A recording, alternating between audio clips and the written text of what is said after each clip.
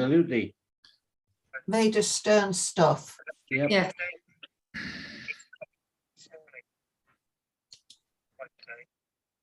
So we're basically all we're joined by Del today as well. So Hi, Del. He's one from the Thursday Doodah. Ooh. So what I'm trying to do at this minute is I'm just trying to get my I'm just trying to get the YouTube thing set up and stuff. So if you want all Pete, tell them about Poland. What? Oh, Poland? You've been to Poland? No, I've never been to Poland. That was quick. Yeah. I've been to Poland. I've been to Archangel in Russia. Yeah, well, that's a bit colder. Yeah. Well, actually, it didn't seem that way.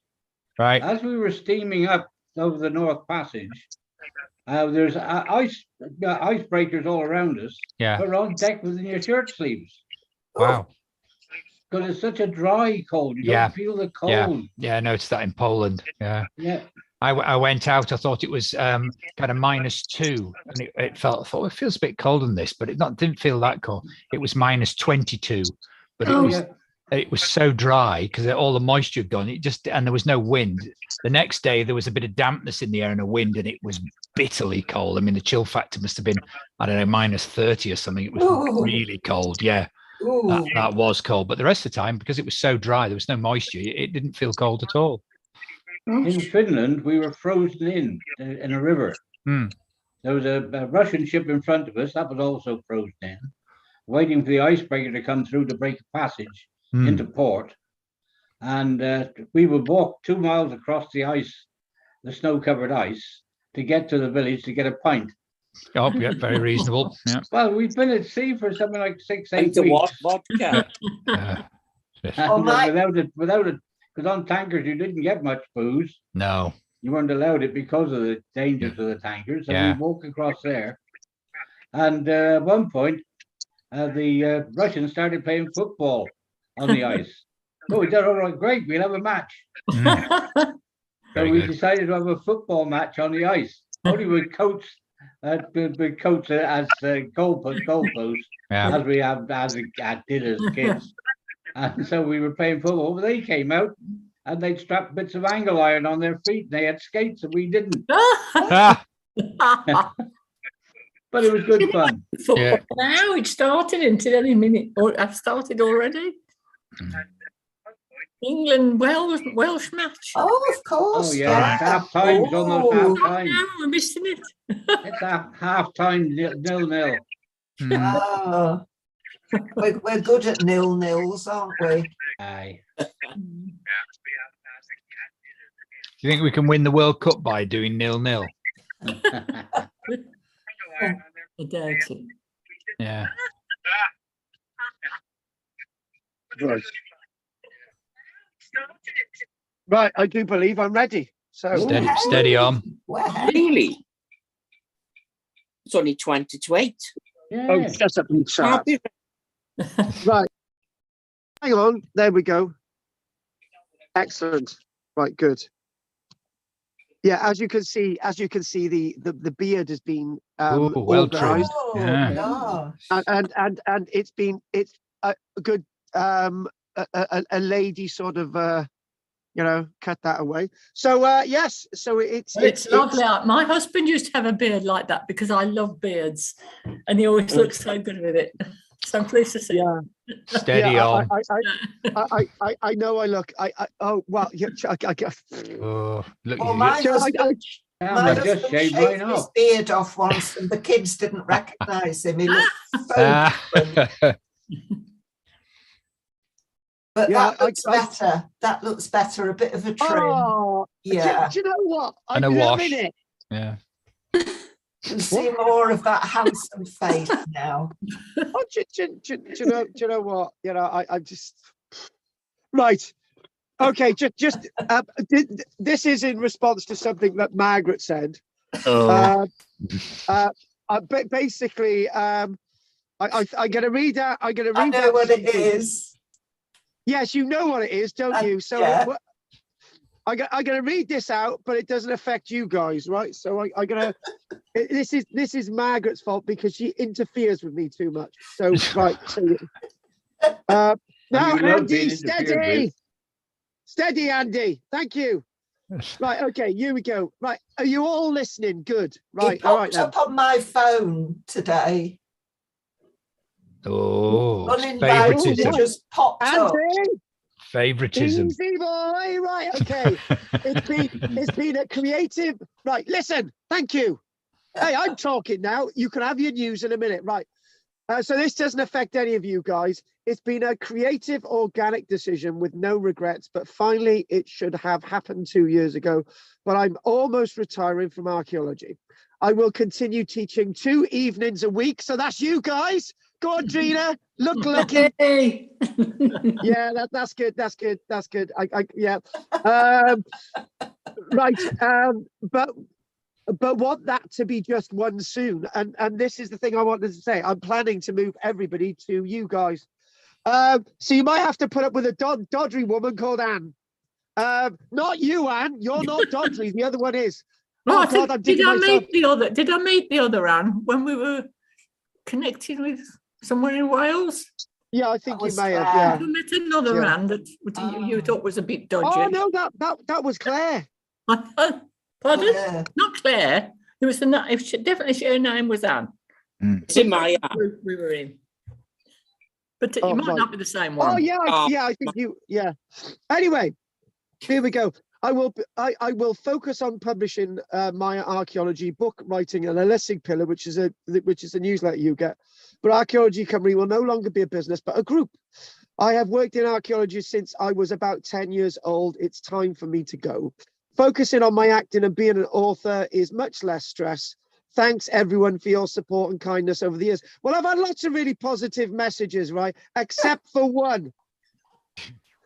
And it's not actually on this one, Margaret. What did you exactly say, Margaret? You said Said you've been working since you were 10. That is illegal. It's not, hang on. Not in Wales. With all due respect, lovely. With all due respect, it's that was a long time ago, and people used to work down the mine then.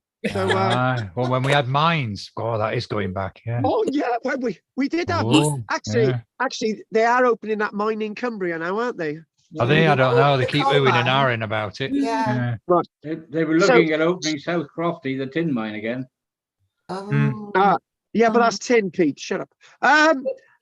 Right. So anyway, I'm terrible. Right. I wanted to also say that Detectorist is back for a good. for a 1 hour, 30-minute special, and that's coming up over Christmas. Oh, great. So I'm really looking forward to Detectorist because the last Detectorist series, the series number 3, was the best because it showed Mackenzie Crook as a fully trained archaeologist, and then seeing the corruption that actually does go on in archaeology. And I thought that was it. That I really liked that. So if those of you follow me on YouTube, you'll hear me talking about this type of thing all the time. Are you in it? Are you in it, Carl? No, I'm not. Okay. Oh, you should be with all your expertise. You should be in there, especially. Yeah, And you're an actor. Consultant. I'd be the no, I want to be the correct bent archaeologist. So I would be a therapist. Right. So right, what else are we doing? Right. Okay. I just wanted to mention one thing, right?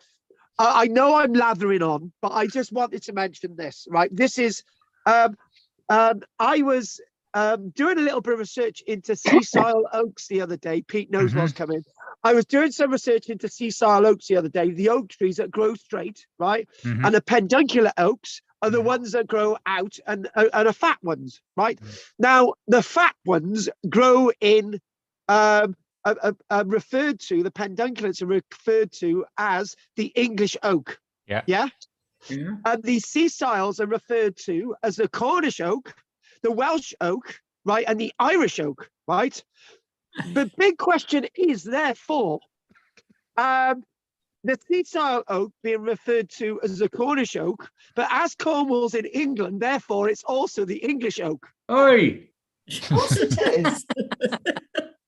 They have a slightly different leaf shape as well. Andy, stop getting technical. Oh, right, sorry. okay. We don't have them up here. They lean a bit to the left as well. They're usually only kind of in the southeast and like where it's warm around like Wales and Cornwall, the Seasile. They've got slightly different. I can't remember which way around it. One of them's got a little bit of a stem on the leaf, and the other one hasn't. Right, Andy, can I help you that? Right, the one that's got a little bit of a stem is the seesaw. The one that hasn't is a pedunculate. Right. Anyway,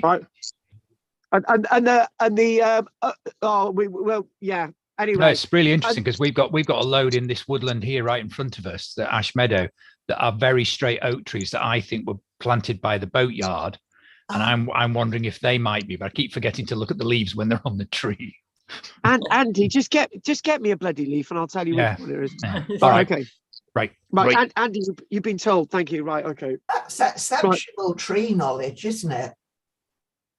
Well, I can't really be brilliant at everything, can I? Right, Andy, any news from you, darling? Yeah, I watched a program the other day, which is, we go on about oral histories and all the rest of it, and how everybody poo-hoos them in the West, and they say, oh well, you get Chinese whispers, and they're not reliable. And I've always said, I don't think they are. I think they are reliable because an oral history, anyone who is given the oral history has to get it word perfect, and it's a lifetime thing. And I can't remember. I remember reading about it in some culture about it and how important it was. And I think they mix it up with folk stories and storytelling, which is an entertainment form, which is a different art and completely different, and that does exaggerate. And I was watching a thing on the Battle of the Little Bighorn, some new research into that. Please, right? I love it.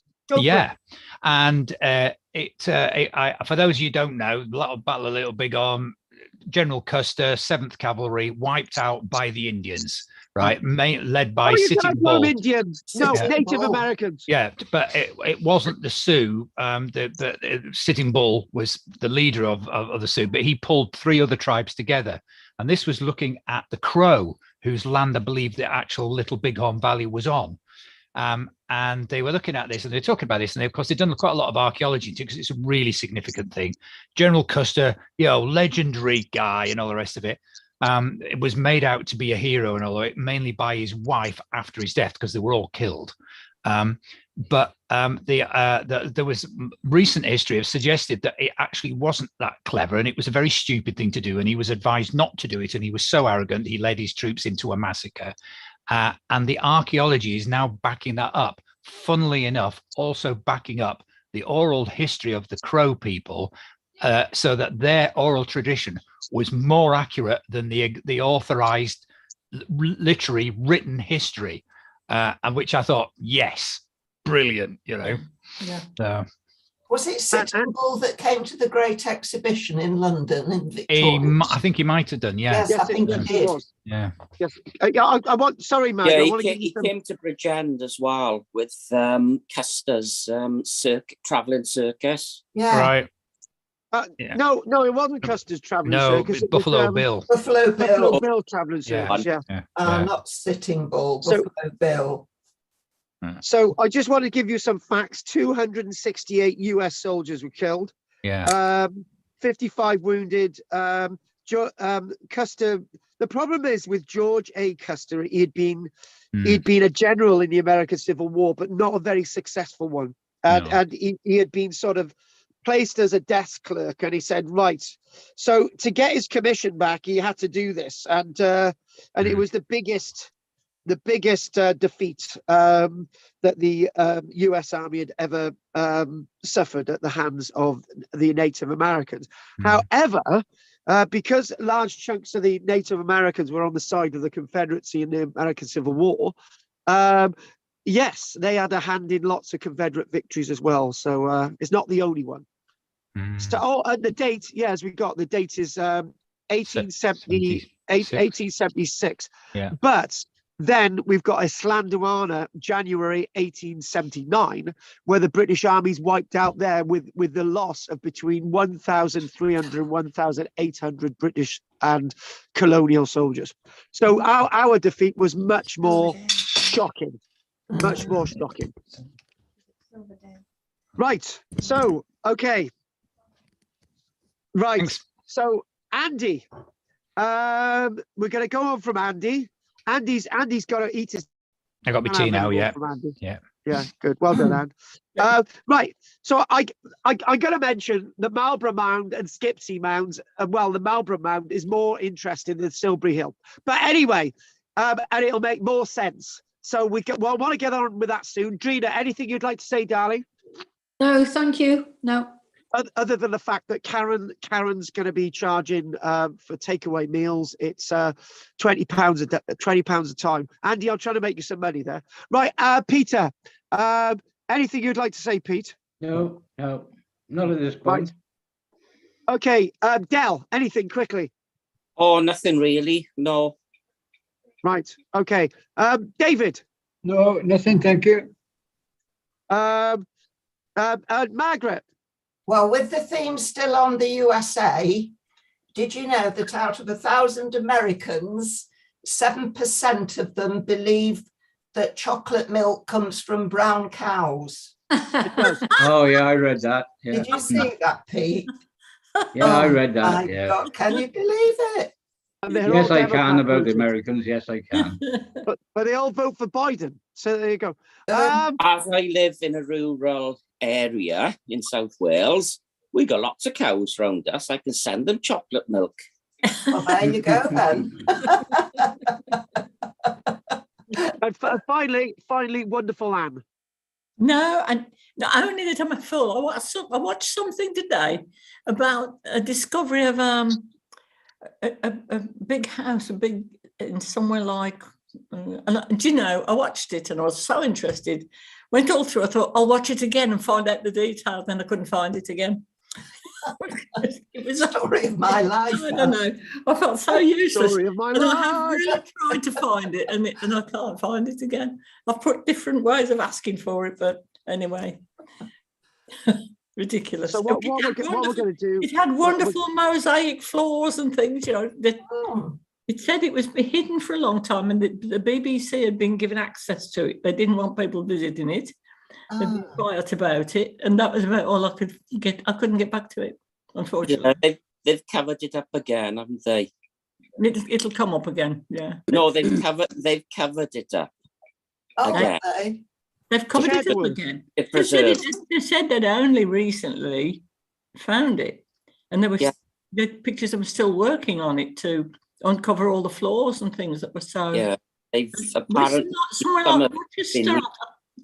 I tried to remember the name. It was somewhere like, but I'm sure I was wrong. But I tried to get back to it and couldn't find it. Right,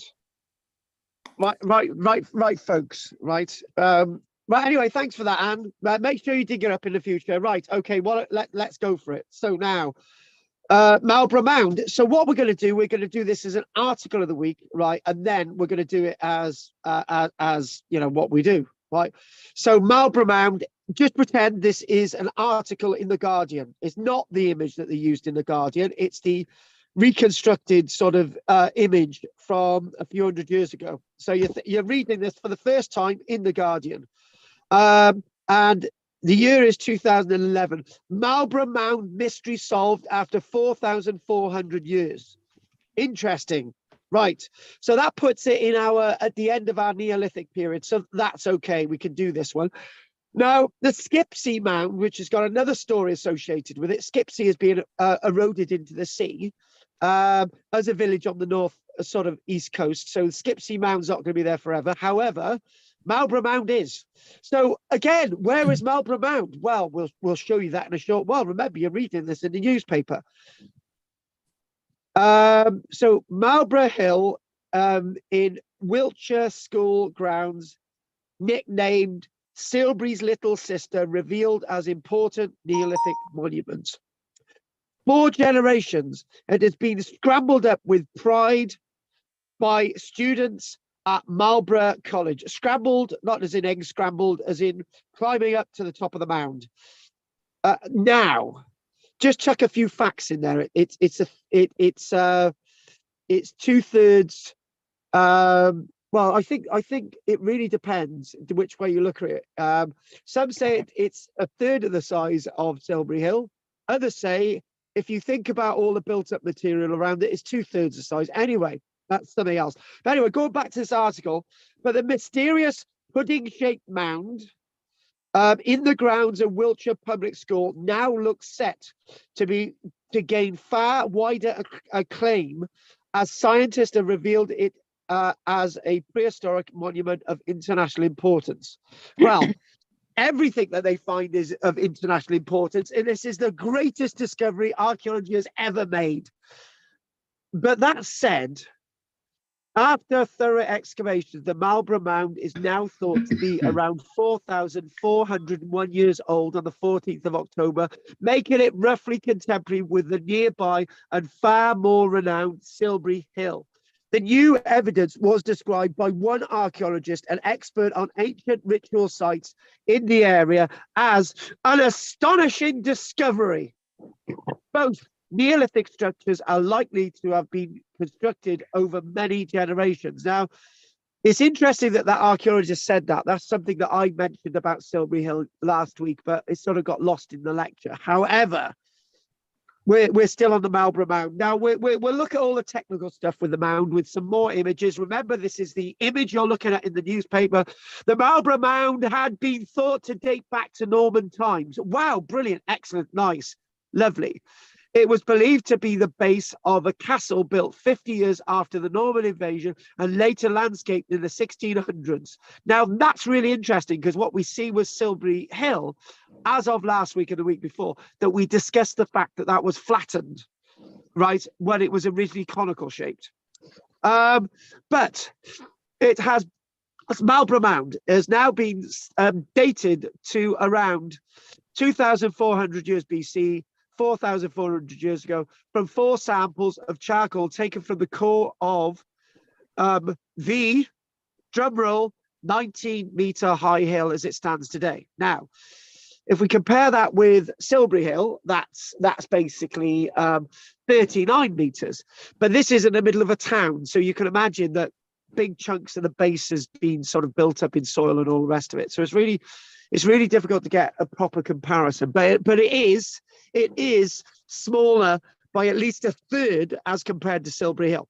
So there you go. Or Silbury Mound. There you go. This is known as the Marlborough Mound and not a hill by most people, but we're not going to go down that avenue.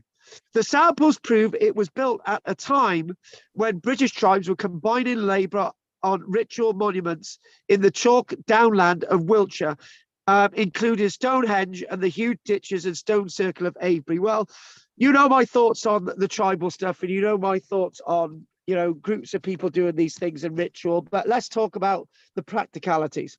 Going back to this article, history students at the college will now have the chance to study an extraordinary example just a stone's throw from the classroom windows. Marlborough's master, Nicholas Sampson, related to Peter Sampson, said in a Cornish accent, "We are thrilled at this discovery, which confirms the long and dramatic history of this beautiful site and offers opportunities for tremendous educational enrichment." Oh, so wonderful words these are. And then we're going to calm down. The Marlborough Mound has been called Silbury's little sister after the more famous artificial hill on the outskirts of Avebury, which is the largest man-made prehistoric hill in Europe. Well, more or less the largest.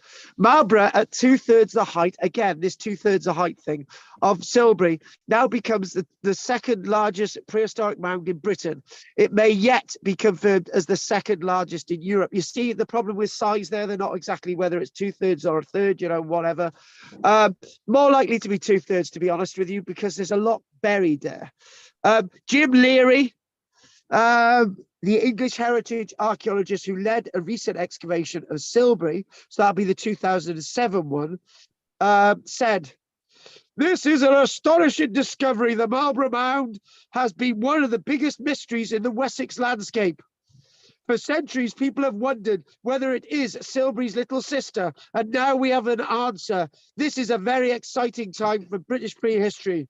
The dating was carried out as part of major conservation work amid concerns that tree roots could be destabilizing the structure." Now, it's rather interesting that there's trees growing on it. Now, there's no There's no trees going on Silbury Hill, but we do have a reference, don't we, from the time of Stukely in the 1700s, that there was tree planting on top of Silbury Hill.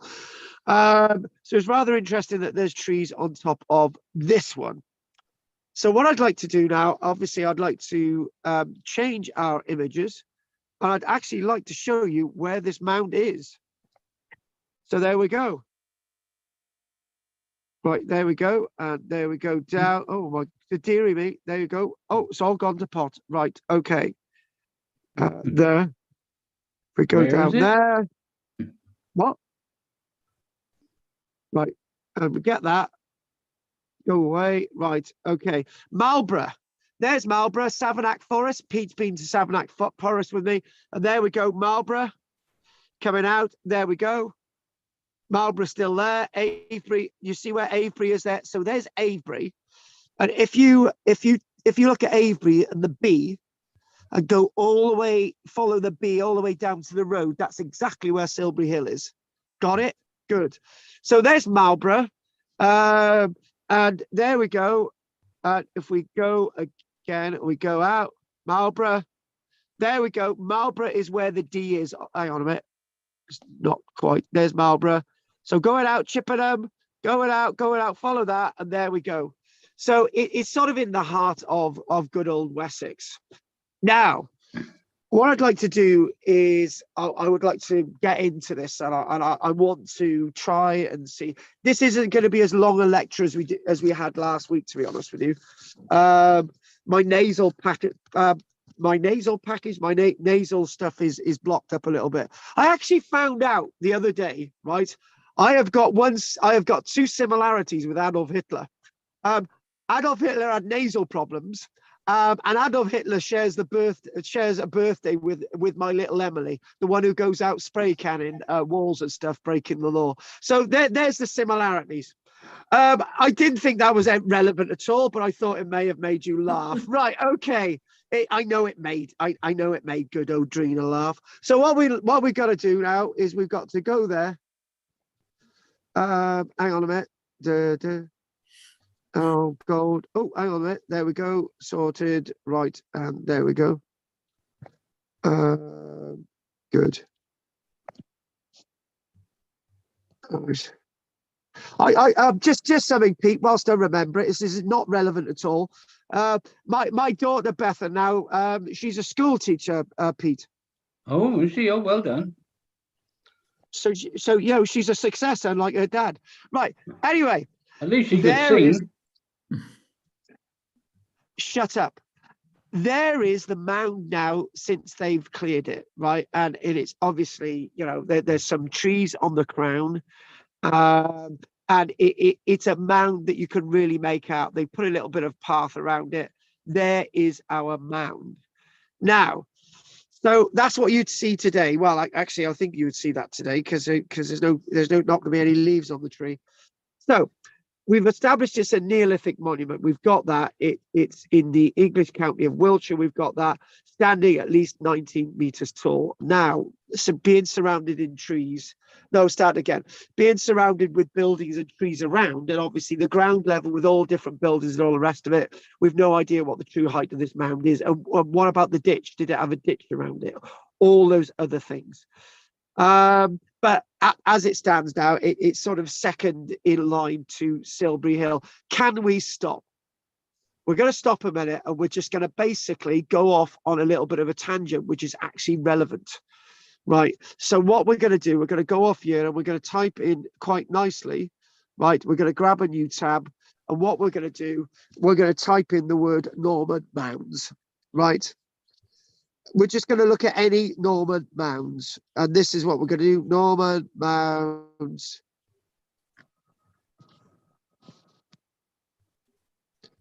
Go. Images. Right, the one there is Skipsea. That's the one we're going to do on the left, right? And you're thinking there on the right is actually Silbury. And as you start to look at these, right, you start to think that lots of these that are marked as Norman, right, could actually be, if we look at that there, Totnes Castle. Now, that's, you know, by all intents and purposes, could actually be a completely Norman mound. But the biggest problem is what we're doing is we're researching these mounds and finding out one by one that they weren't built by the Normans at all. So that means that what we were told in school, that the Normans would go to a locality and lift up a big mound and sort of have a Bailey, Motte Bailey, right? If the mound was already there, then they could just chuck a castle on top of it. This is what lots of archaeologists have actually been saying. Are lots of these mounds that are actually accredited to the Normans actually Norman mounds? This is actually one at Thetford. Look at that. It looks like that could be Silbury Hill, except a small version of Silbury Hill. The point I'm trying to make, without too much ado, is that in British archaeology over the years, what we've done, we've put things into boxes.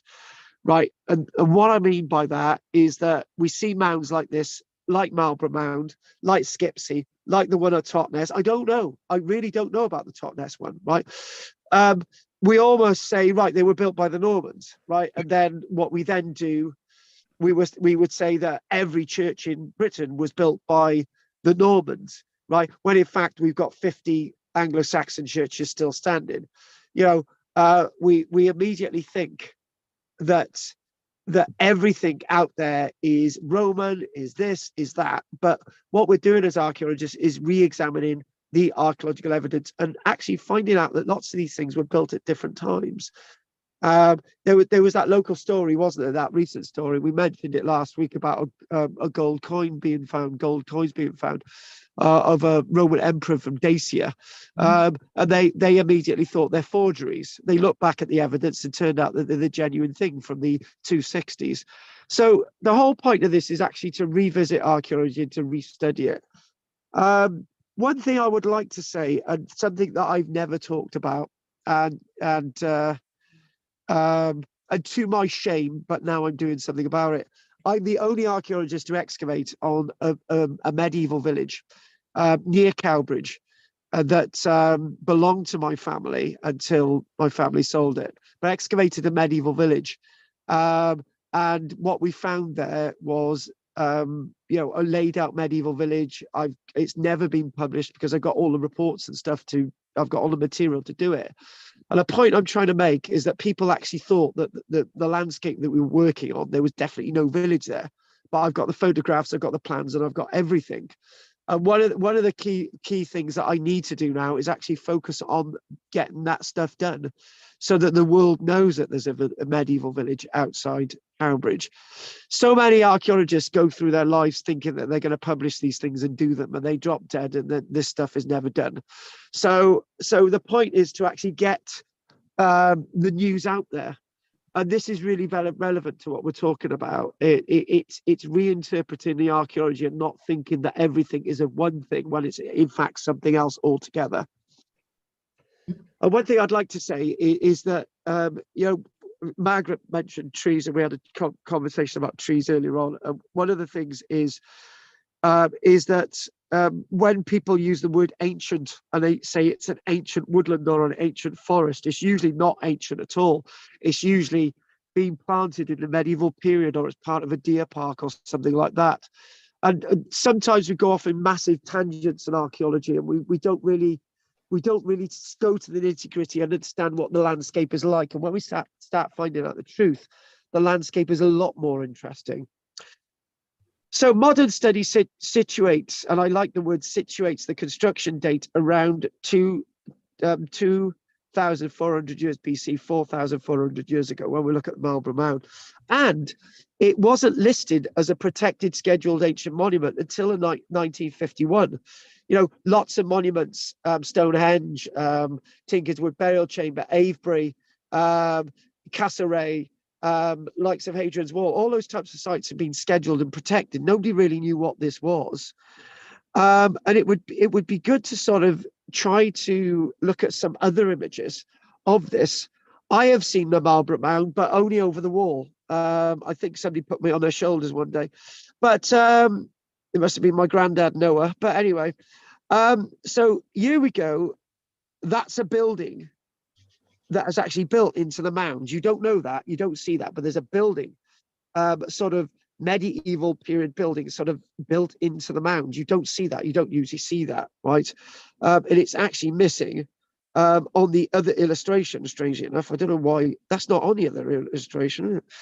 So if we look, Carl, you sure that's not a 17th century grotto or something? It probably is. Yeah. But it's hidden from the image. But anyway, Andy, I'm glad you questioned that. But the main thing, there's a building built on the mound. I'm glad you questioned that, because the main thing about this mound is it is bloody old, right? And there's another one. As you're looking at this, I think this is the image. This is an image that would have been taken probably about 2010 or something like that. Anyway, thanks for that, Andy. Marlborough Mound is part of a complex of Neolithic monuments now. Now, the one thing as well is that's a really good point. When we're talking about Avebury, and when we're talking about Silbury Hill, and when we're talking about West Kennet Marlborough, right? What we're talking about Neolithic landscape. This was not the part of the Neolithic landscape 20 years ago. Now it's part of the Neolithic landscape today. So what we're trying to do is it's sort of reacquainting ourselves with the landscape that we're reinterpreting, going back into the archaeology and understanding the archaeology for what it is and for what it needs to be. However, Andy, you came in with a nice thing then. Is that sort of a folly, a grotto, a building that was actually added on? And the point is that in fact all of these things have got relevance within the landscape. Whatever date that is, it is part of the landscape. One thing that I'm going to say that might confuse you, but there's a reason for this. None of this is part of the Neolithic landscape. Silbury Hill is not part of a Neolithic landscape. Avebury is not part of the Neolithic landscape because we're in the year 2022. It's part of a collective, very diverse landscape that happens to have Neolithic added to it. So if you understand then it's good. What I'm trying to say is we've got a living and breathing landscape of archaeological monuments that makes sense when you see all these things mixed up and sort of churned up. That was the first image that I had actually seen of this. Do you see it? There's a little building on the right there. You could see this here, and this is massively changed. This is actually the first image I think I actually saw when I read this in The Guardian back in 2010, 2011. And that would actually be a year before I actually started the class in Arnside, late December, January 2012. Andy remembers it well. Marlborough Mound is part of this landscape.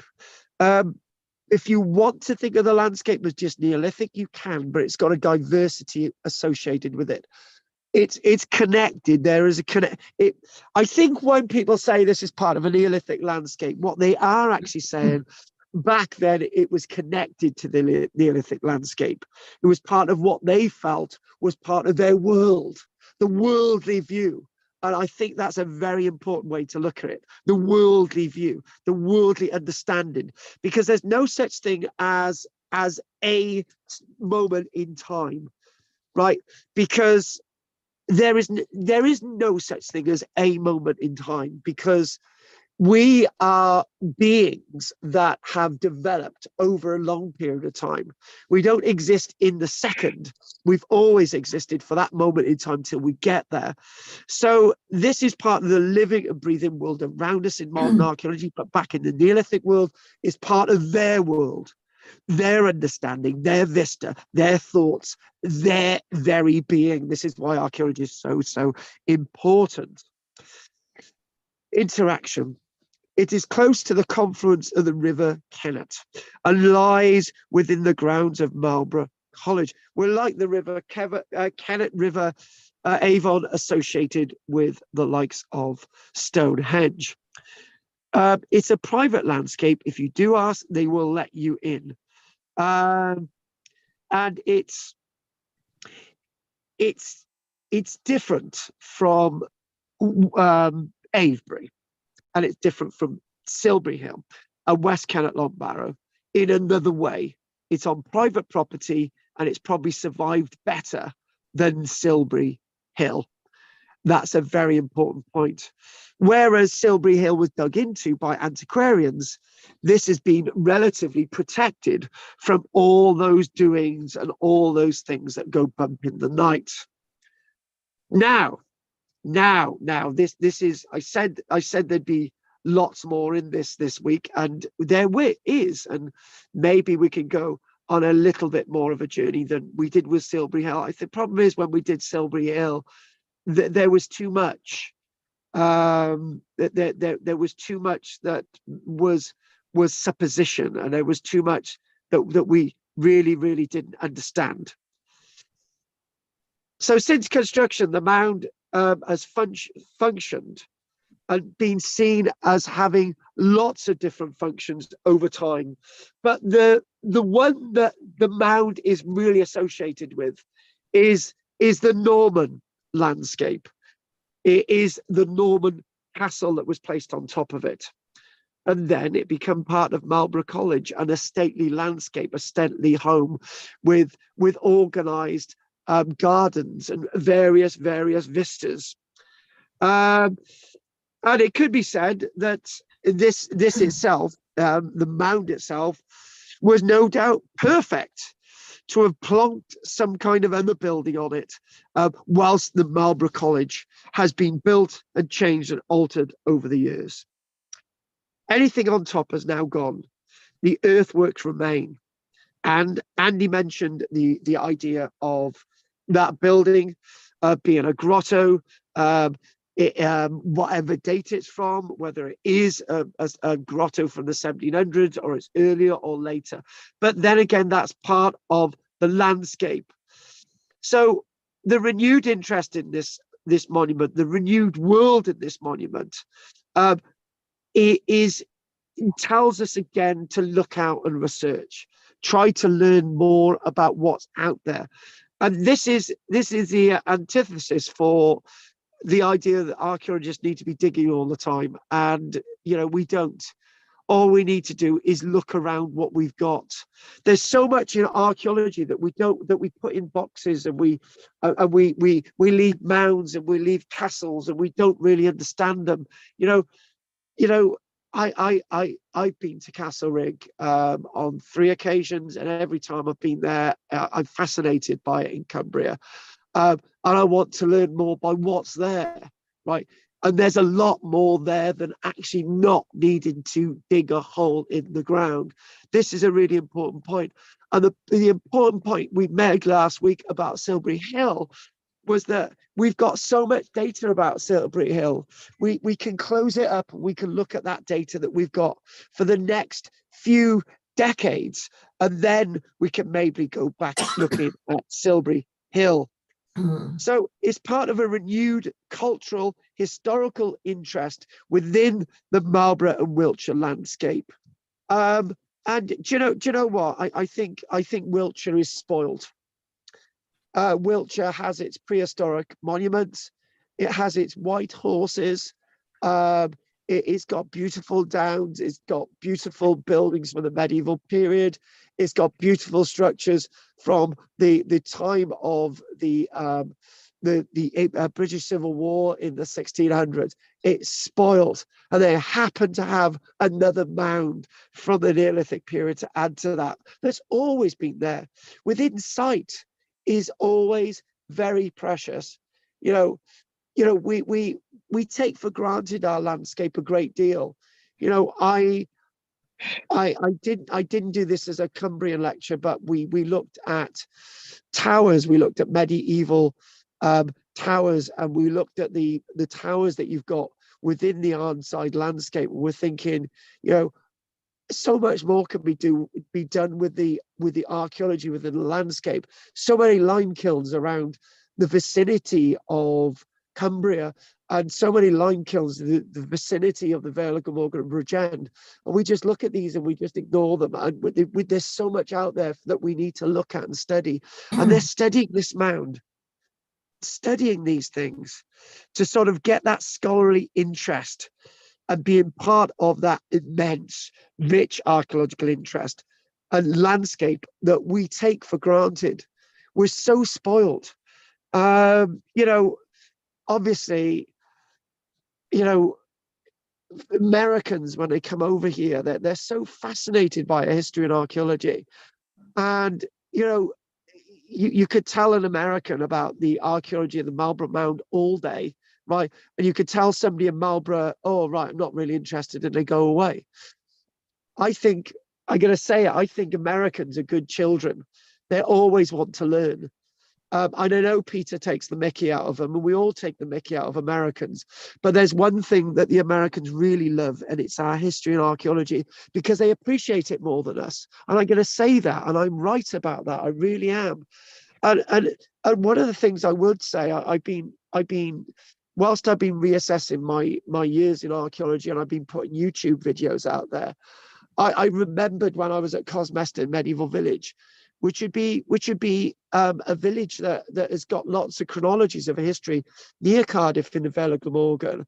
And I used to be a volunteer there in the 1980s. Yes, that was the time I used to work in archaeology in the 1980s. Margaret, thank you very much. Actually, I started working in archaeology, Margaret, as a volunteer when I was about 8 or 9. Ooh. Woo! And I worked on the ice cream van when I was 10. Good man. Thank you.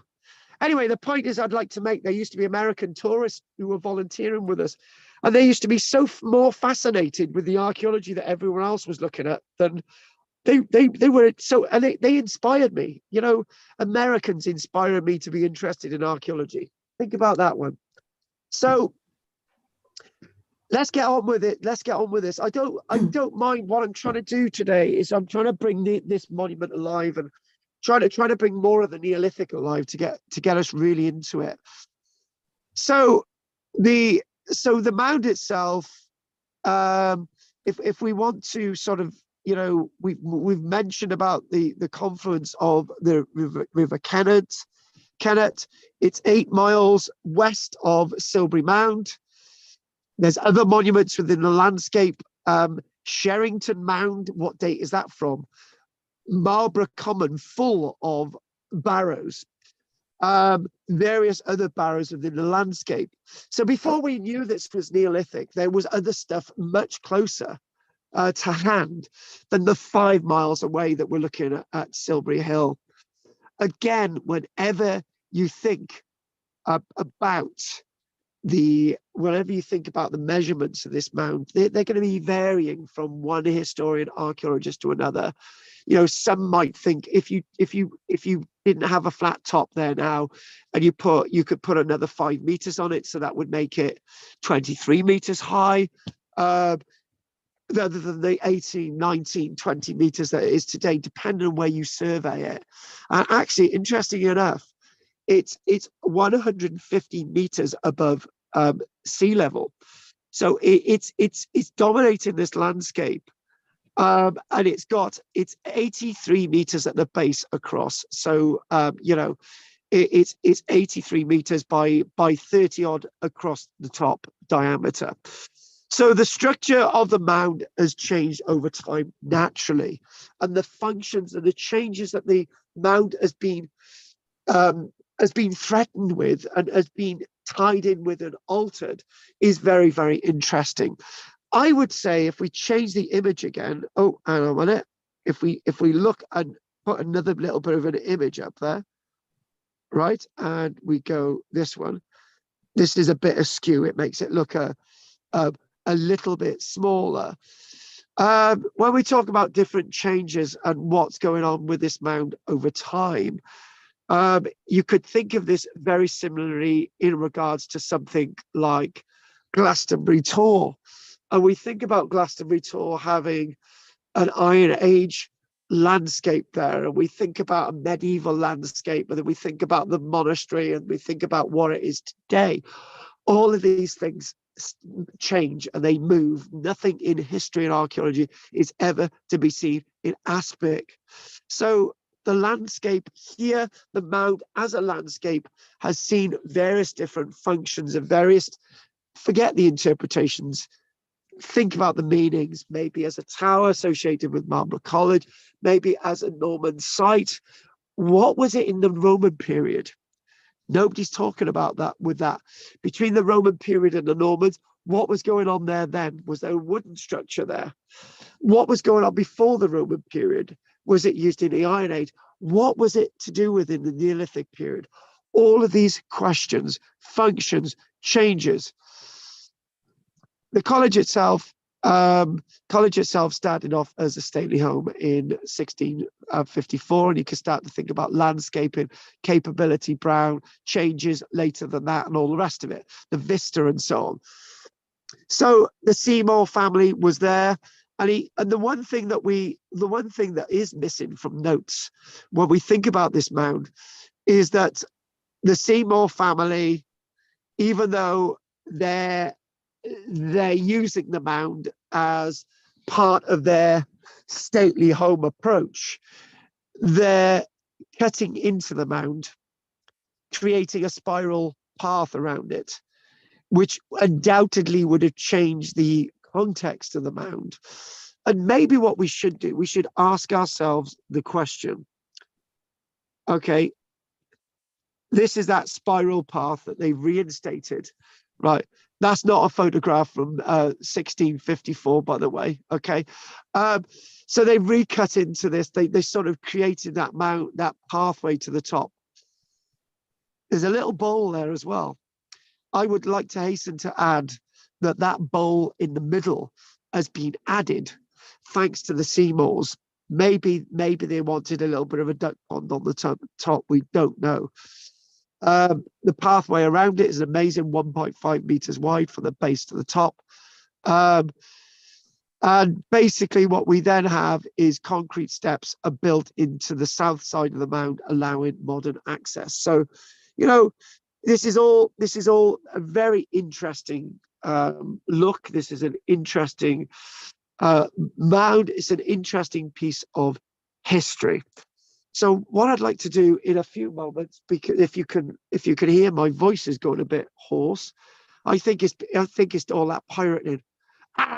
Pieces of 8. Right. Several academic archaeologists and historians, such as Joshua Pollard, who used to work very closely with the wonderful archaeologist Neil Oliver, and Jim Leary, who we mentioned earlier on, who did the work in 2007 on Silbury Hill, have discussed understanding the construction of the mound, not in terms of the finished product, but rather as a series of stages.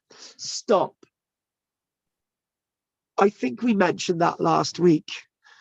I think what we mentioned last week was that Silbury Hill was a long-term project, was a long-term raison d'etre, was a long-term thing that was happening, breathing, living, glowing, moving, right? And this is what we said about Silbury Hill, and this is exactly what we're going to be saying about Marlborough Mound. This one thing that what we had earlier on was that, hang on a minute, if we sort of there. Oh, there. All these little interpretations. Now, you know, that's really interesting. And one thing that gives away is not what the Seymours did to it by coming into the 1700s, but what that does to it is sort of makes you think, well, was it built in stages? Like there was like a platform and another platform and another platform, like sort of a layered cake that gets smaller and smaller as you go into the middle. Now, there are parallels with this, and nobody jump up and say, oh, right, what are you saying?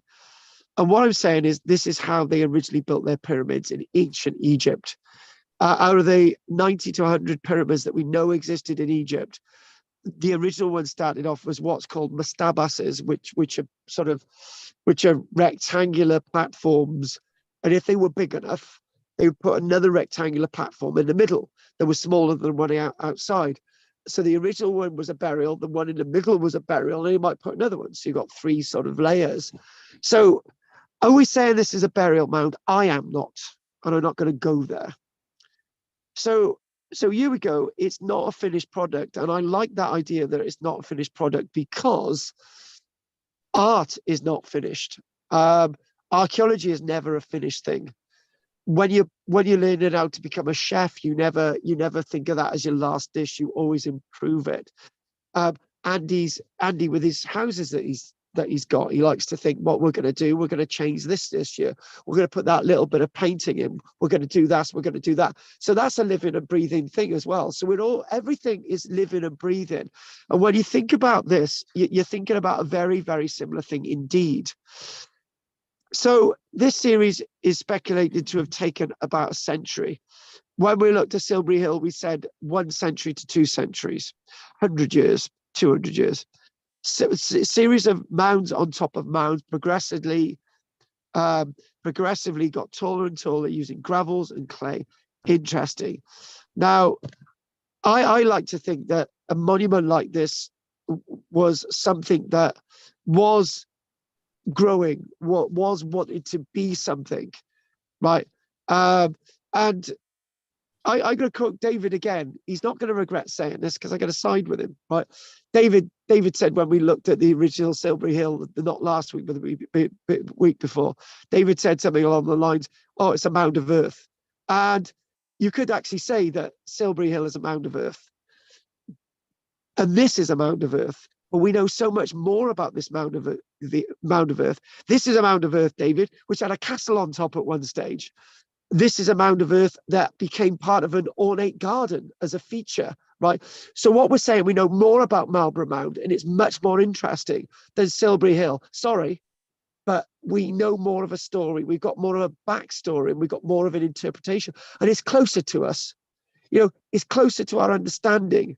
You can walk along the windy path to the top that was created 300 odd years ago, right? Obviously, they've reinstated it, so it's not exactly the original path, but scholars prefer to think about the Neolithic mound in terms of its stages of development and not a finished product, living and breathing even today. Samples, cores taken in 2010 by a company known as Geotechnical Engineering Limited, provided information about the natural materials used in the mound's structure. These materials included several varieties of clay in several colors, such as chalky clay, a pale silty clay, a yellowish brown clay, as well as a flinty gravel. Let's just do that. So different clays were used, different materials, soils, chalk, all that type of gubbins. And what we're going to do, we're going to chuck sods of earth in there as well, as we did with Silbury Hill. We're going to presume that. I'm going to presume that. It's not in my notes, but I'm going to presume that. In other words, what we've got people coming from different areas, bringing their mud to this mound, bringing their contribution to this mound. And I think that tells us a lot more to its importance, because it was important. That's the answer. Samples of charcoal were taken, which allowed for radiocarbon dating, and these pieces provided the date of the mound as being Neolithic. But what I am going to say is I don't believe the story ends 4,400 years ago. I believe it's a lot older than that. Whatever samples they're getting, they're not getting it from the middle, the inside, the real depth, and the sort of there. We talked about ground level last week. What's underneath the ground level of Silbury Hill, right? What do we know about that? What do we know about this? I think a lot more is going on with this mound. Okay, so what we've got a lot more to do with this today, and hopefully we will get through it. But if not, it doesn't matter. We can come back to it next week. But I want to do skipsea. I want to do skipsea today. Right. So okay. What I would like to do is take a break now, because for the first time in a long time, I'm losing my voice. It must be all those odd women that I've been kissing as a pirate. Yeah. Carl, that last illustration you had up showed the spiral path going up to it. It's possible if the Normans were using it as a castle on top, they would have had a spiral path going up to it then. So it could be How dare you even say that, Andy? Considerably older. How dare you even say that, Andy? Can I just mention, Andy, right? That is the point. That is a really, really good point. Andy's made a really, really good point. We're actually going to go to the board. Andy, shut your mouth in future. Sorry. We're actually going to go to the board. And the reason why we're going to go to the board is that whenever we see these mounds, Norman mound, what we do, typical reconstruction, mound like that there, tower on the top, right? And and then there's a ditch, and then there's a bailey area, and there's another ditch, and that's it, right? We'll put a bit of a palisade there, loads of buildings in it, and what they do, they have these steps going down, right? And this is how they portray these mounds every single time. Andy's made a really good point. What's wrong with a spiral? However, if you've got a spiral around the Norman mound, you can be constantly being attacked. However, going up that very steep climb is very precarious, particularly when it's raining and muddy. The steps are going to be really steep, Andy. You would agree, right? That's Andy. And the other thing as well is that's why there isn't these steep steps going to the top today, because they would be really difficult to maintain. So Andy, that's a really good point. Thank you, Andy. He's got something right for once. Right. Who's next? Anything else you want to say, Andy? Nope, that's good. Thanks. Interesting hill. Sorry, mound. Love it. Mound. Sorry. Oh my God! Let's not do. Margaret wants to ask the question. What's the difference between Is it a mound or a hill? Shut up. Mound. Right, Trina. No, nothing. Very interesting. David. What do you feel about this mound? Do you feel it's a little bit more than Silbury, or are you still with the mound of earth? I think they're just mounds of earth. You spent all this money digging in and found nothing. Absolutely nothing. But there is something more about this mound, David. We haven't actually got there yet. So there's more about this mound. So hold that to the end. Del. No, Del's got nothing to say. Peter. No, it's still a mystery as why did they put all that effort into making them? I wondered. Sorry, I was just wondering about it, musing to myself before. I thought, wonder if they built one like Marlborough first, and then the guys down at Silbury thought, come on, we can build a bigger one than this. Like those towers in Italy. Yeah, families exactly. feuding. Yeah, you get it in a lot of countries. Yeah. Yeah. So anything else you'd like to say, Margaret? Well, I was wondering about how they got the Neolithic age. Did they got it from charcoal, did you say? Did they get it from the base of the mound, or did they tunnel down? They got it from the charcoal. They got it from the charcoal. But the thing is, this is not charcoal from the middle of the mound.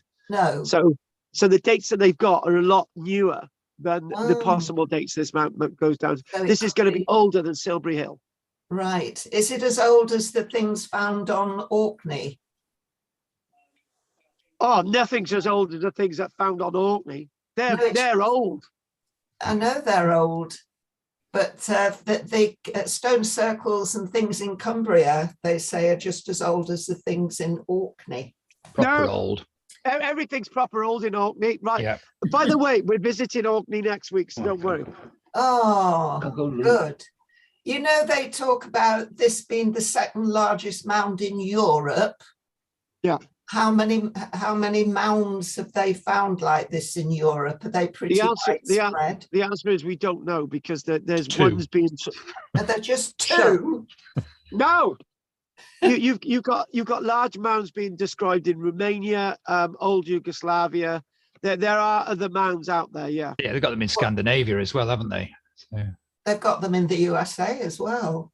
Quite old. Yeah, the mound builders, exactly, of Mississippi and Idaho and so on. Yes, exactly. So you just finally, who else have we got left? Hang on. Anything, Margaret? No. Okay, good. Right. Adrina and Anne, and then I'm going over to the football results. We're going to have a quick break for 15 minutes. Chef, don't tell me anything. Anne, anything? just that, I think if we look at the photographs of the hill, and as you were saying, the hill is worked on, each generation is adding something. And it seems that you look at the photograph of it now, and it's made into a quite formal garden, quite different from the sort of just earth and trees and very countrified look. And it's sort of interesting to just dream about the future. What we're doing this, it will go on for, won't it? And all this will become a study for archaeology in future years. And I just think it's interesting that you can see from the pictures the sort of changes that people have done on it. I think that's quite interesting. That is massively interesting. You've actually hit the nail on the head with something else, right? Sorry to burst everybody's bubble, right? How do we know that all the earthwork stuff was actually done in the Neolithic period? What if people in the Bronze Age contributed to it, and the Neolithic period contributed to it? There's talk about some Roman stuff, How do we know that that form that we're looking at was actually all Neolithic and the Silbury Hill? We don't, do we? It's as though we don't know it, but it just seems that because things are changing, when I'm just looking at some of the photographs, how it's changed. As I say, as even our generation seems to have changed something in it.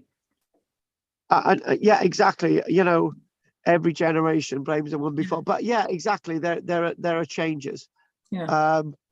And it's this sort of idea that it's a constant moving organic, and So and also the other thing as well is it would be lovely to do the horses, the white horses across the Wiltshire landscape, all 20 of them.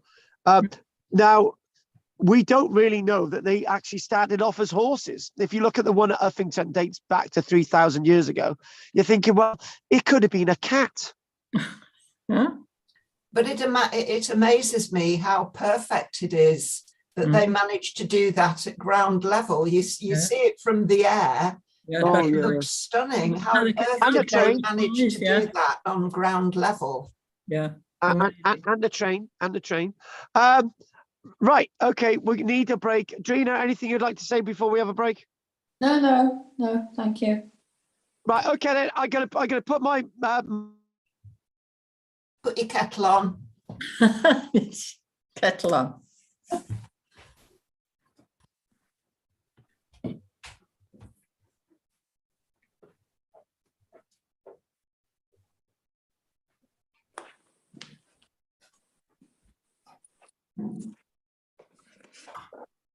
I forgot I had my mic off. It's 8:45. We'll be back at 9 o'clock.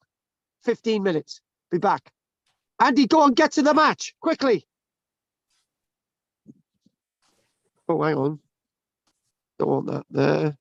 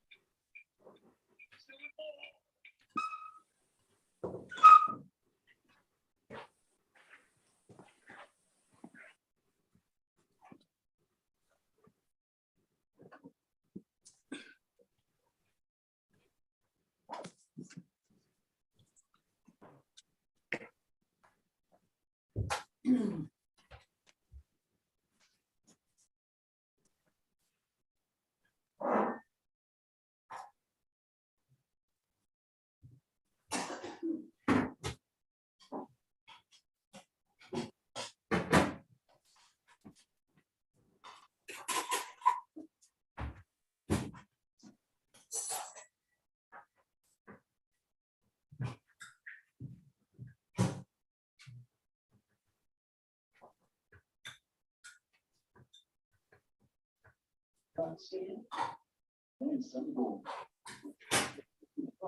is it at this point. If you get to the knockout stages, the Murray's games, we're all there for a reason. I think that's why today's been a really good exercise for England as well. Being able to rest some bodies, get some players scoring goals, get some minutes into other players as well. Put in a good performance. You know, you put that USA performance to bed as well. But getting boost tonight, England fans are going to be going home very happy with what they've seen from the players. So they're going to be going into that game against Senegal full of confidence, no doubt about that.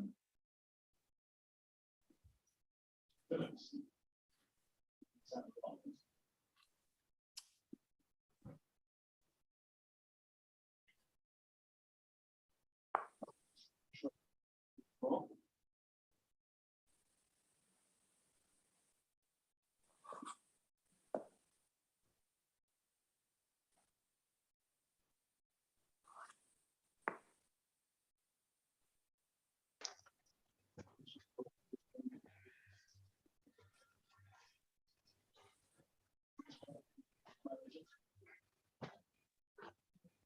People get the numbers.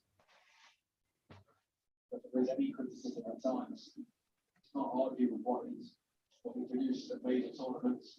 It's always talk of what this team not play with the freedom. Can be tricky at major tournaments, you'll plot your way through, and this is one of those games he felt like he could open up, and the team have performed in that way. It's not the case though. It is there, just at the right moments. Well, that's exactly it. I think the game against USA, he entered it with caution. And in doing so, sometimes you get an odd performance, but guess what? They didn't lose the game.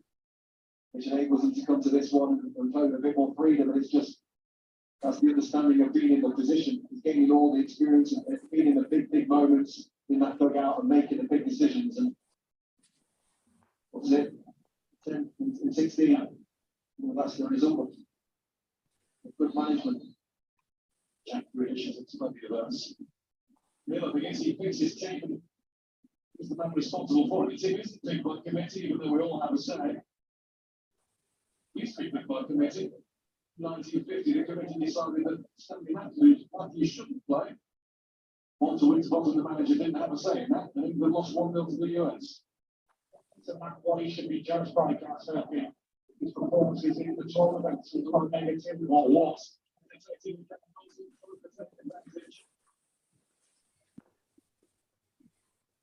Alexander-Arnold also up there again, working everything, trying to find a chance for himself, although he's unselfish as we've seen at this tournament.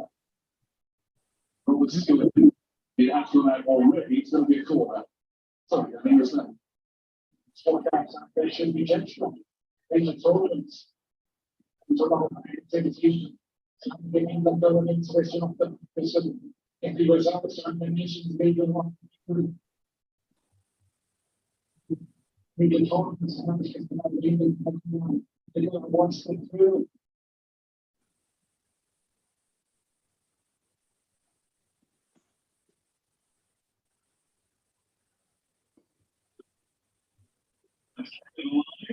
It's up there.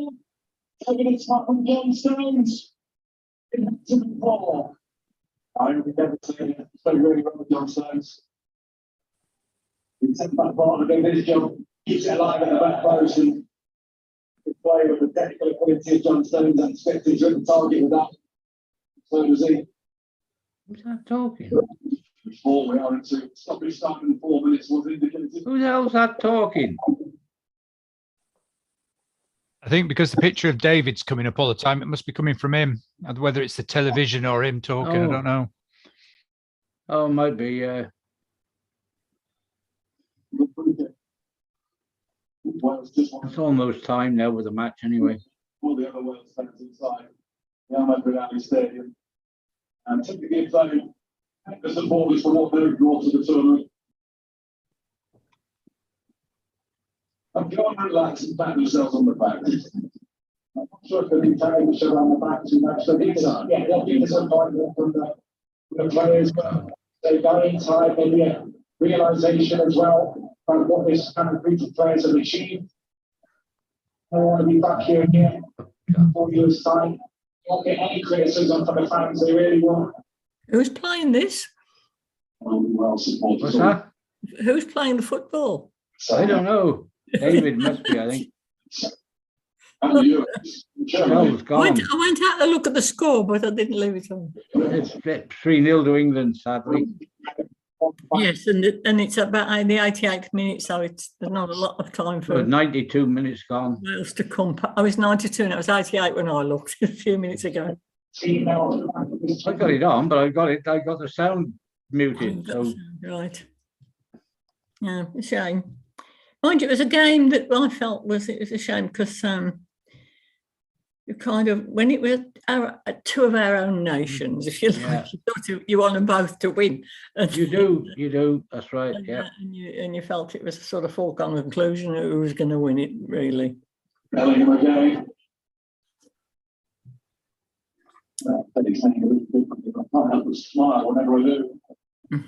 it's definitely David's. It's a pretty well see what the people want to Manchester. Spider, the positive one through the legs. Something fun now. 3 years. That you agree actually given. Martin Spencer coming out. Just in these last 13 months, much. They start with ones. Yeah, like I'm taking a lot of very patient and big individual performance in the full time and we learn about the whole top draw, winning it back.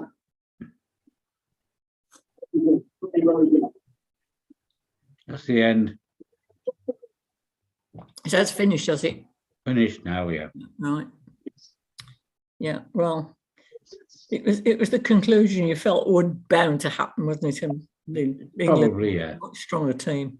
To be expected, I suppose. 3-0. Manchester.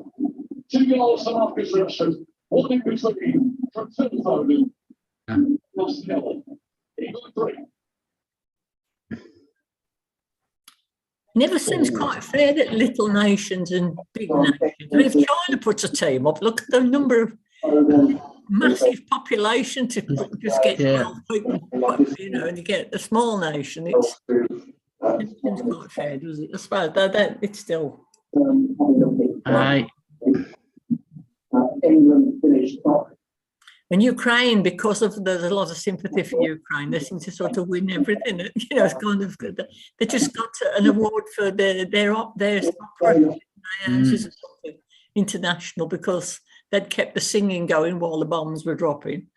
So they got a big award for that. They're getting a sort of awards, and they won the singing competition and the music competition. Oh, they competition. And I think they sort of didn't they also? There's David. Did they lose against? Thank you, David. We didn't want that. I'm sorry. A lot of gobbledygook.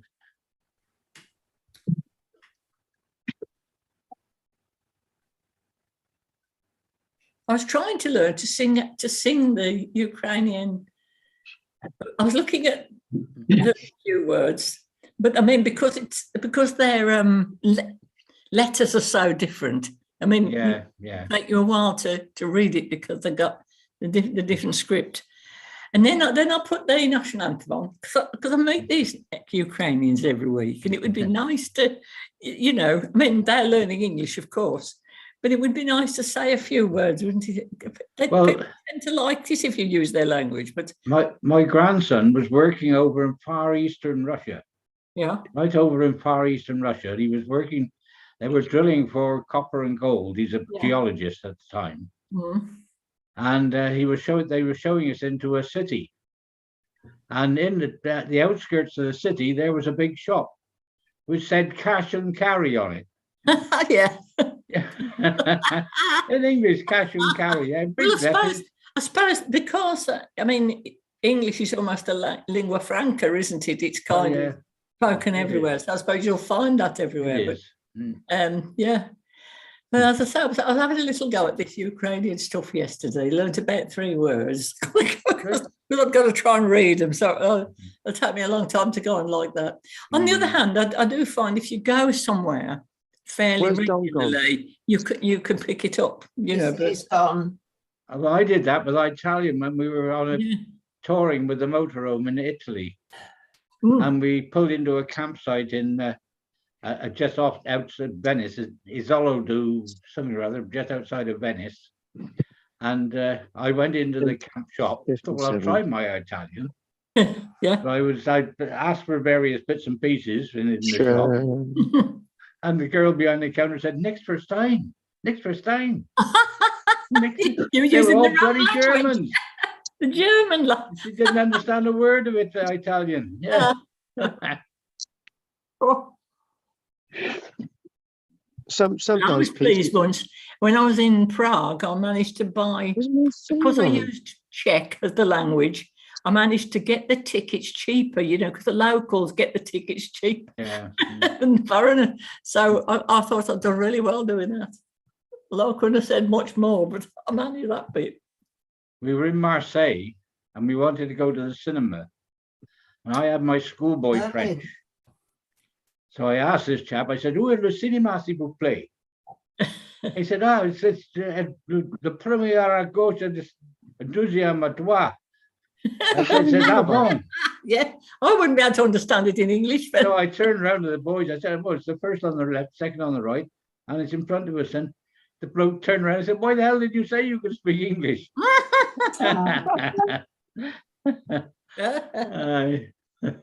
Right, let's crack on, folks. Right, okay. It was a great result for Cornwall. Cornwall didn't lose or win the game, so well done, Pete. They probably had a couple of Cornishmen playing for the English team, sadly. Oh, Pete! They're the rugby team, do. That's true. That's true. Right. Okay. Let's crack on, my friendlies. Right. Okay. So, now, I think before the break we were talking about, you know, the different materials that we used in the construction of the mound. I thought that was really really important, and obviously we've got dating from the charcoal, and maybe the idea that we're struggling trying to work out, you know, the dating of the mound. But I think the main thing is about the mound is it's living and breathing. It's living. There it is. It's still there. So this is before they moved a lot of the trees and so on, which is a bit of a shame, I believe. But they felt that it was causing some instability. And there is another point I'd like to make. One sec. Now, as a Norman mound, right? As a Norman mound 20 years ago, it's okay to have trees planted on it, right? Because some of those trees ain't very old, are they? So, English heritage, let's chuck a tree on this Norman mound. But since it's been identified as being Neolithic, they've removed most of the trees. What is that about? It's still a scheduled ancient monument. I don't get that. The original purpose of Marlborough Mound is unclear. Yes, but I think we're closer than we are with Silbury.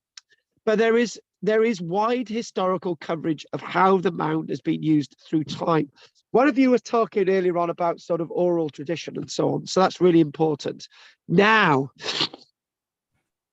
a local legend has that the mound was the site of Merlin's burial, given the motto of the town of Marlborough, Ube noneke sapetisis otsasa Merlini, which basically, where now are the bones of the wise Merlin?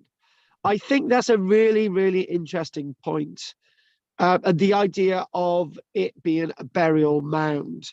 I think whenever, there's this obsession with these things being burial mounds, and, the ancient pyramids being burial mounds, and, anything that's big and large is that sort of thing that we think they're some kind of mounds, there's some kind of burial places. William Stukeley, the antiquarian, believed a Roman fort once occupied the site where the mound is located, based on the finding of Roman coins. Now that is really, really important. And why is that important? Let me just show you something that some of you might not have seen. Let's go there. Hang on a minute. Let's go there. Let's just play with that idea a minute. And let's just type in Cardiff Castle. And let's look at an aerial view of Cardiff Castle. Look at that there. There's a mound with a castle on it. And let's look down again. There's a mound, and those walls around the outside are actually based on a Roman fort. In fact, William Burgess, when he was rebuilding the wall in the 1870s, 1880s, built the wall directly on the template of the original Roman fort, right? So it actually puts context. Look at that there.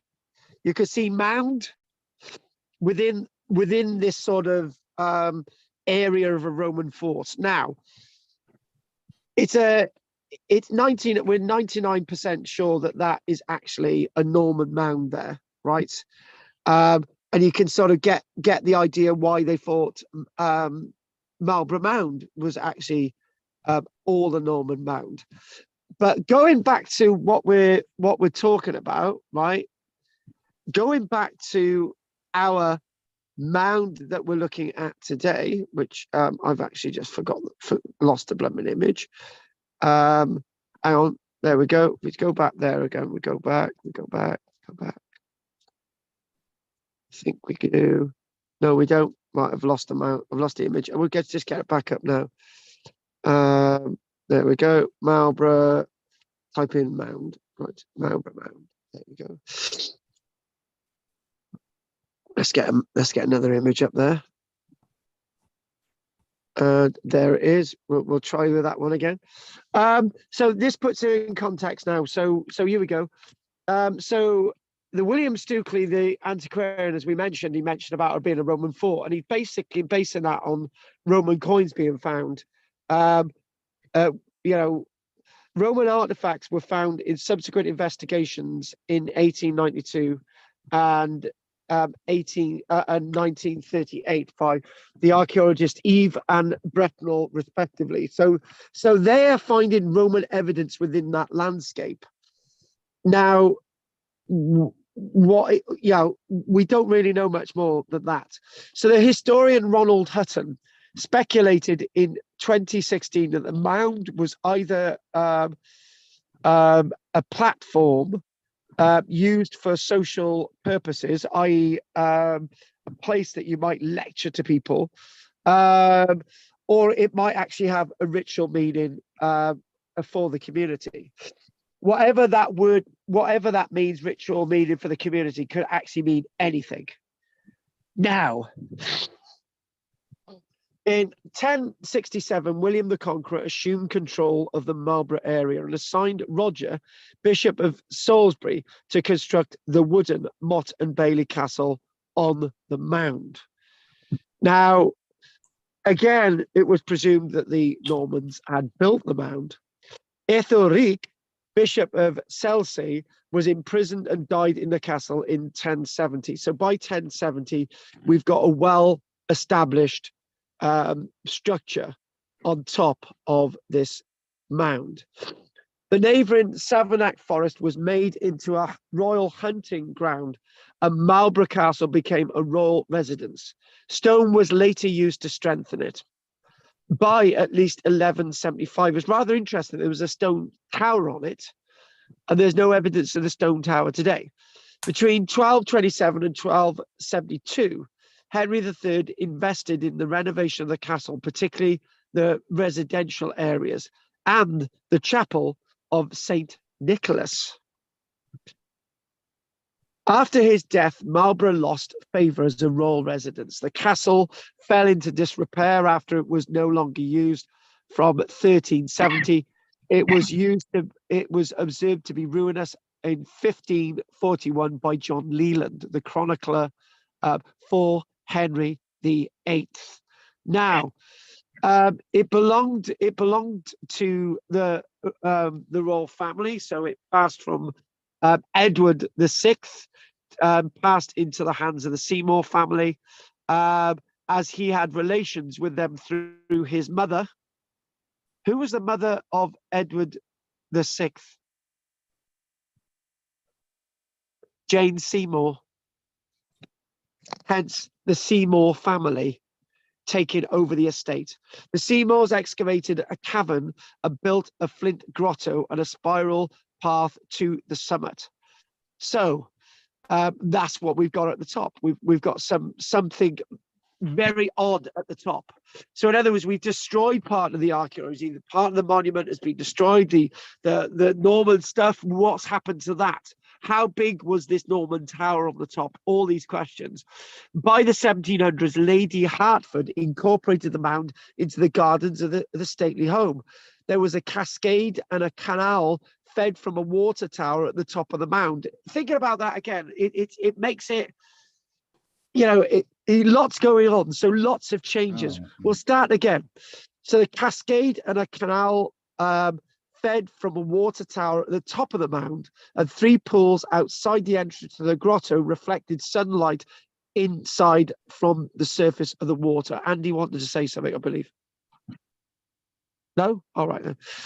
This usage forms part of a tradition of garden mounds, which were prominent in Britain from the end of the 1500s all the way into the 1600s. And the shell decorated grotto is the only remaining relic of these features. It was used as a bicycle shed once the mound ceased to be incorporated into the gardens. And we crack on. After the last Duke of Somerset on that branch died, so there we go. Let's just sort of move on to another image. There we go. Rather interesting, isn't it, looking at that perspective? After the last Duke of Somerset on that branch died, the stately home became a coaching house, the Castle Inn, which was operating from 1751. At the height of trade, 42 coaches passed through the Castle Inn each day. But that's obviously got nothing to do with this. In the 18 to the 1900s, the mound served as the site for a water tank on top of the mound. And it was keenly associated with the college by 1843. Now, we've got lots of information about the investigation onto the mound, which we're going to come on to now. So there's a lot more, and hopefully we can understand what this whole thing is about. Whilst you're looking at that, I'm just going to get some tissue to put up my nose.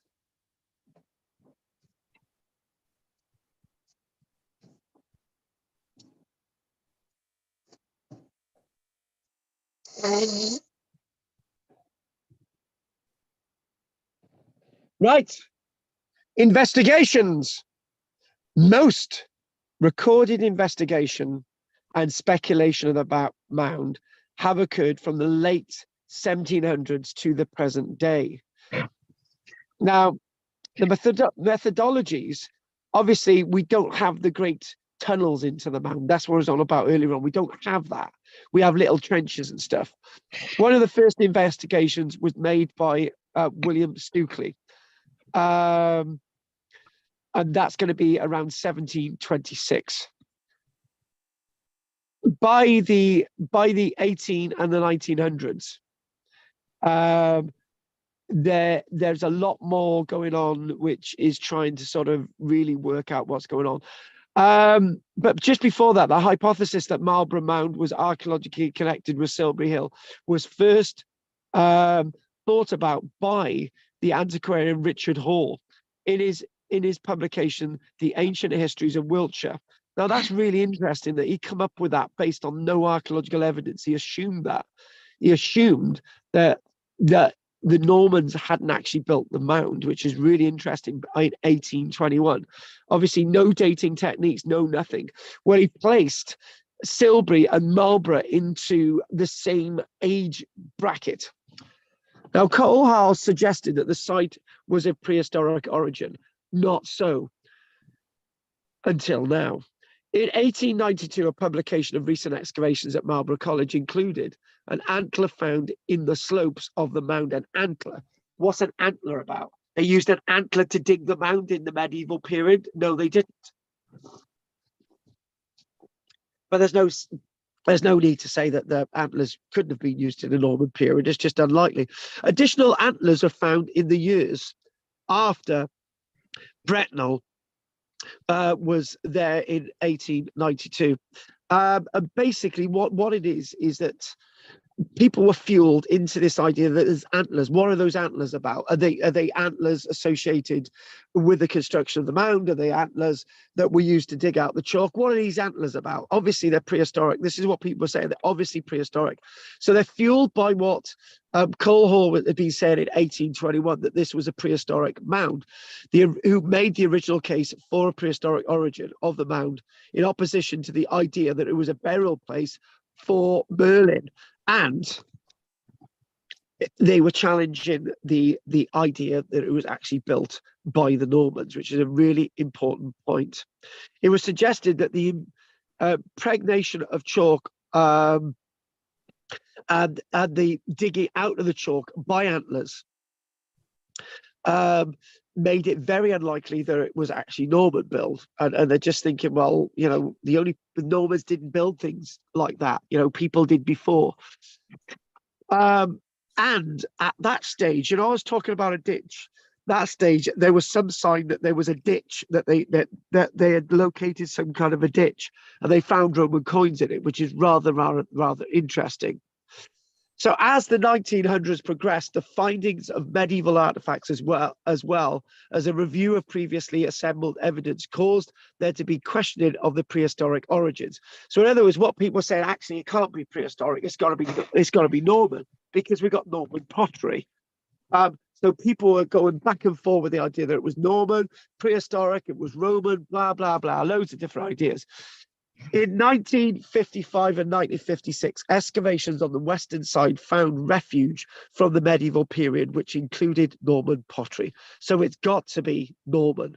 It has to be Norman.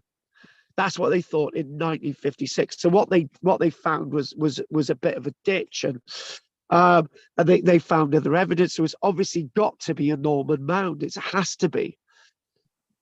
As late as 1997, it was concluded that the mound fitted within the size range of a medieval mound. An analysis of available evidence concluded that without additional findings, the mound was essentially a medieval construction, and nobody would move on that. When we were at school, people used to say, when the history teacher, we used to go in, he said, right, what does a Norman mound look like? So what we would do, we would draw out what a Norman mound looked like, and it looked like this, and there was a ditch, as we showed on the illustration. So this is the type of thing we were being taught, and obviously in Marlborough College they were saying that over there's a Norman mound. Nobody was questioning it. Obviously the prehistoric stuff, people are thinking, oh right, it's definitely Norman. So this is why in archaeology, why we question things, and we want to get to the origins of the evidence and try to really understand what's going on. There is a reconstruction of what they believed the tower looked like on the top of Marlborough Mound. However, there's one problem with that illustration. Andy, look how steep that bank is. Now, they talk about in 1067 to 1070, they built a tower there. We're talking about that, right? How did they actually get access to it? The steps would have been incredibly steep. What's going on? We're not going to deny the fact that there was a Norman mound there, but nevertheless, we don't have any evidence for it either. but we're not going to dismiss that. We're going to say there was, because the history tells us, and there's lots of pottery. So that must mean that there was definitely something Norman there. Whether it looked like this, I would say it definitely didn't, but that's an illustration. In the late 1900s and the early 2000s, investigations into the mound continued. And the Royal Commission on Ancient Historical Monuments of England surveyed the mound in 1999. 2 years after, it was definitely thought that in 1997 it was essentially a medieval construction. What does that mean, essentially a medieval construction? The Marlborough Mound began to be thought of as a possible comparative site to Silbury Hill. Only in 2008, it took 9 years for archaeologists to start. David again made a good point. He said, with all this money that's been chucked at the mound, we don't really know what it is, but we are getting closer, David.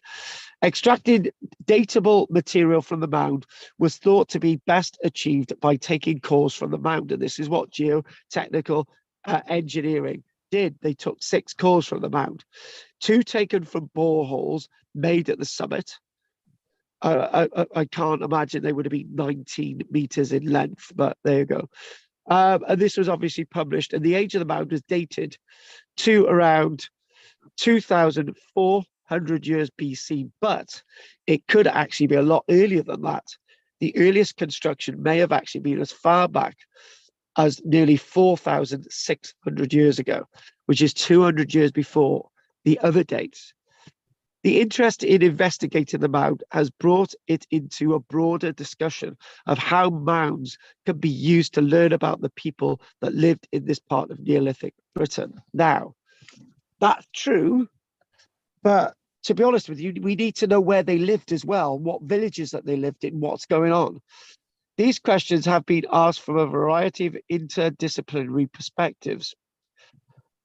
So the archaeologist Jim Leary, who's excavated there in 2011, he's excavated Silbury in 2007. He's got sort of quite a understanding of mounds, has suggested a metaphysical link to and veneration of water. That's really, really interesting. Mound, water, love it, right? Waterfalls, it's not a good idea.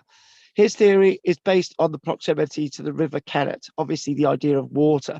Now, the one thing that we don't talk about when we're talking about these prehistoric sites is water. We don't talk about water much. We talk about the sun, the moon, the stars, sacrifice, moving stones, solar observations, moon, stars, solstices and all the rest of it. We very rarely talk about water. Rivers in the Neolithic period were a vital means of transport, which I have said. They were also a vital means of transport in the Mesolithic period. So a geologist known as Isabel Geens links the positioning of the mound as an expression of water worship. Right. But I'm going to put a but in there, right? Now, I feel that somebody needs to disagree with me with the statement I'm going to make, but then I'm going to disagree with myself, and then I'm going to bring us back again. Right? It's this idea that I keep saying that nobody, 150 years later, would have realized what the real purpose of the mound was, right? And I say the same about Stonehenge. Stonehenge, if you really think about Stonehenge, took about 2,000 years to construct. And I'm saying that nobody realized at the end what the original purpose was for the building of Stonehenge, right? I'm going to disagree with myself. I'm saying that a lot. And how I'm going to disagree with myself is if they had oral tradition and they said, this is what this is for, this is what this is for, this is what this is for, then it's fine. However, because life was so hard back then, and generations were much shorter in time span, it might be that people decided to naturally change what these things were actually for. Not that they couldn't use oral tradition, but there may have been a different avenue why they wanted to use these mounds. That is a point. That's talking about bias and unbiased stuff there. So there we go. So, the other thing as well is taken away from water. Certain Nigel Bryant suggests that the mound was a monument to the earth goddess. The period in which the mound and the others in Wiltshire were constructed coincided with the appearance of something else, the Copper Age. When we look at these mounds, if it's at both of these mounds, even if this dates back to like 5,000 years ago, there's only 5,000 years to go before we get to the Copper Age. We're not saying that. Silbury Hill, all these two mounds seem to come to the end of the Neolithic period into a new period called the Copper Age, the Chalcolithic period, or otherwise known as the period of the Beaker people. Right. However, with that said, we've got to think about, there's lots of different reasons. This has all led to contention that the construction of the mound is related to an assertion of a native population during a period of social and cultural mobility. So what we're talking about, assertion of identity, assertion of who they are, assertion of doing something different, or were they doing something different? Because what we do know is that their ancestors were very, very precious to them. We haven't mentioned ancestors in any of that. The renovation of ancestors with bank barrows, avenues, cursus monuments, and so on. We've not questioned any of that. So what we're going to do, I want us to leave questions for a moment. There's our like little grotto type thing, right? Let's just keep those images up there a minute. The restoration of the mound is in part a response to the state of disrepair of the mound, as well as the renewal of scholarly interest in the mound and the site. In the 1980s, work commenced on restoring the shell grotto there, which was supervised by Diane Rennell and assisted by pupils of Marlborough College. It does look really old, doesn't it? That's why I'm thinking, is it not older? Anyway, probably isn't, but that's me. I like to analyse things too much. The restoration effort has been intended to address the risk of collapse and maintain the structural integrity of the mound. Well, it's not going to suffer from the same collapse that Silbury Hill has suffered because there's no tunnels going through it, which is great. It makes you wonder why there wasn't tunnels dug into it if it's part of the college, and you're thinking, well, surely some boffin would have convinced the owners, but no. Structural conservation has been done as a response to the growing danger of destabilization by tree roots. But usually we're told that tree roots, tree roots are good for stabilization. I don't know what that's about, but if a tree falls over, if one fell, it could risk destroying the entire mound. In 2016, the restoration targeted the removal of the tree canopy, stabilizing the earth with grasses, laying fresh soil, and the injection of a gel on top of the mound in order to hold the structure together. Removal of trees and planting of hedges was completed in 2020. And there's a trust associated with it, the Marlborough Mound Trust, founded in 2000. And the trust strives to conserve it and promote education about it. And even in 2018, before the pandemic, they spent nearly £90,000 on the mound. It also supports academic investigations into the mound and funded a coring project that took place in October 2010. So what I'd like to do, I would like to look at the Skipsea mound, and then we're going to do questions. And by the way, my voice is naturally going, so yeah, we'll see if this holds out for much longer. Right, so okay. Don't have anything to do with women. That's the main thing, Pete. Mound.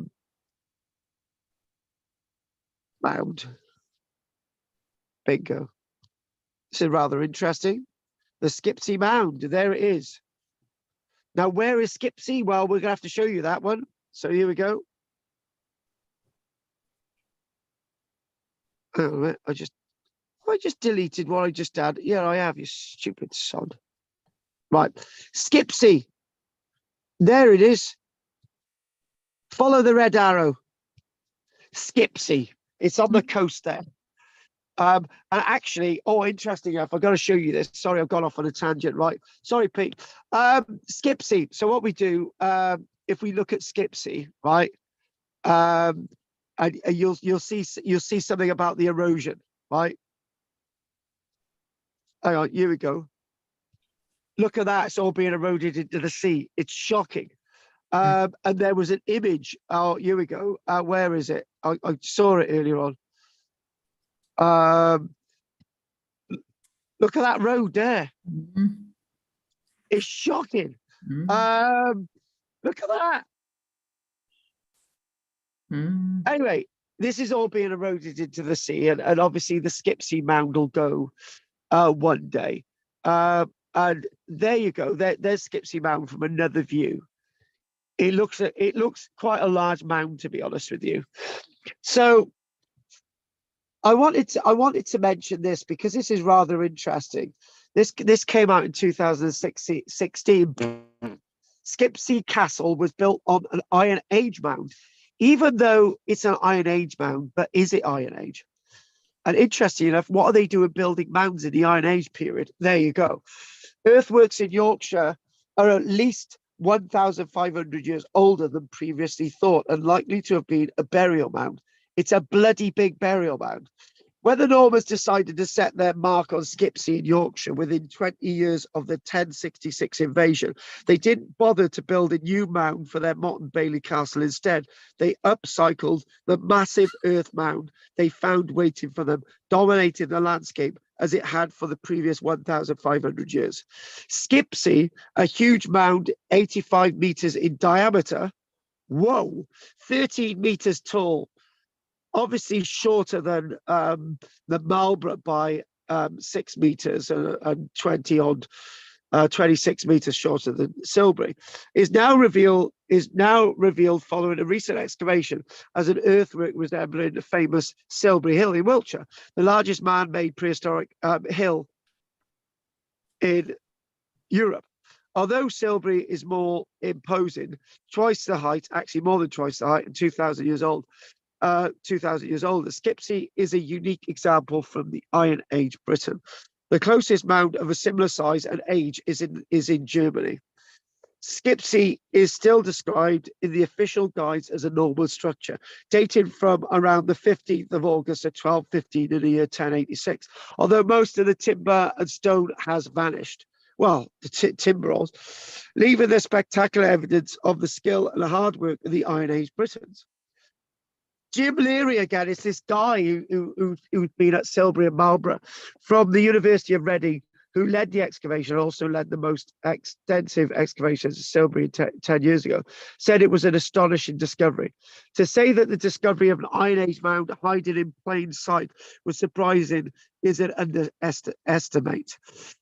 Conventional wisdom has suggested that the castle mounds were brought to England by the Normans following the conquest that began 14th of October 1066.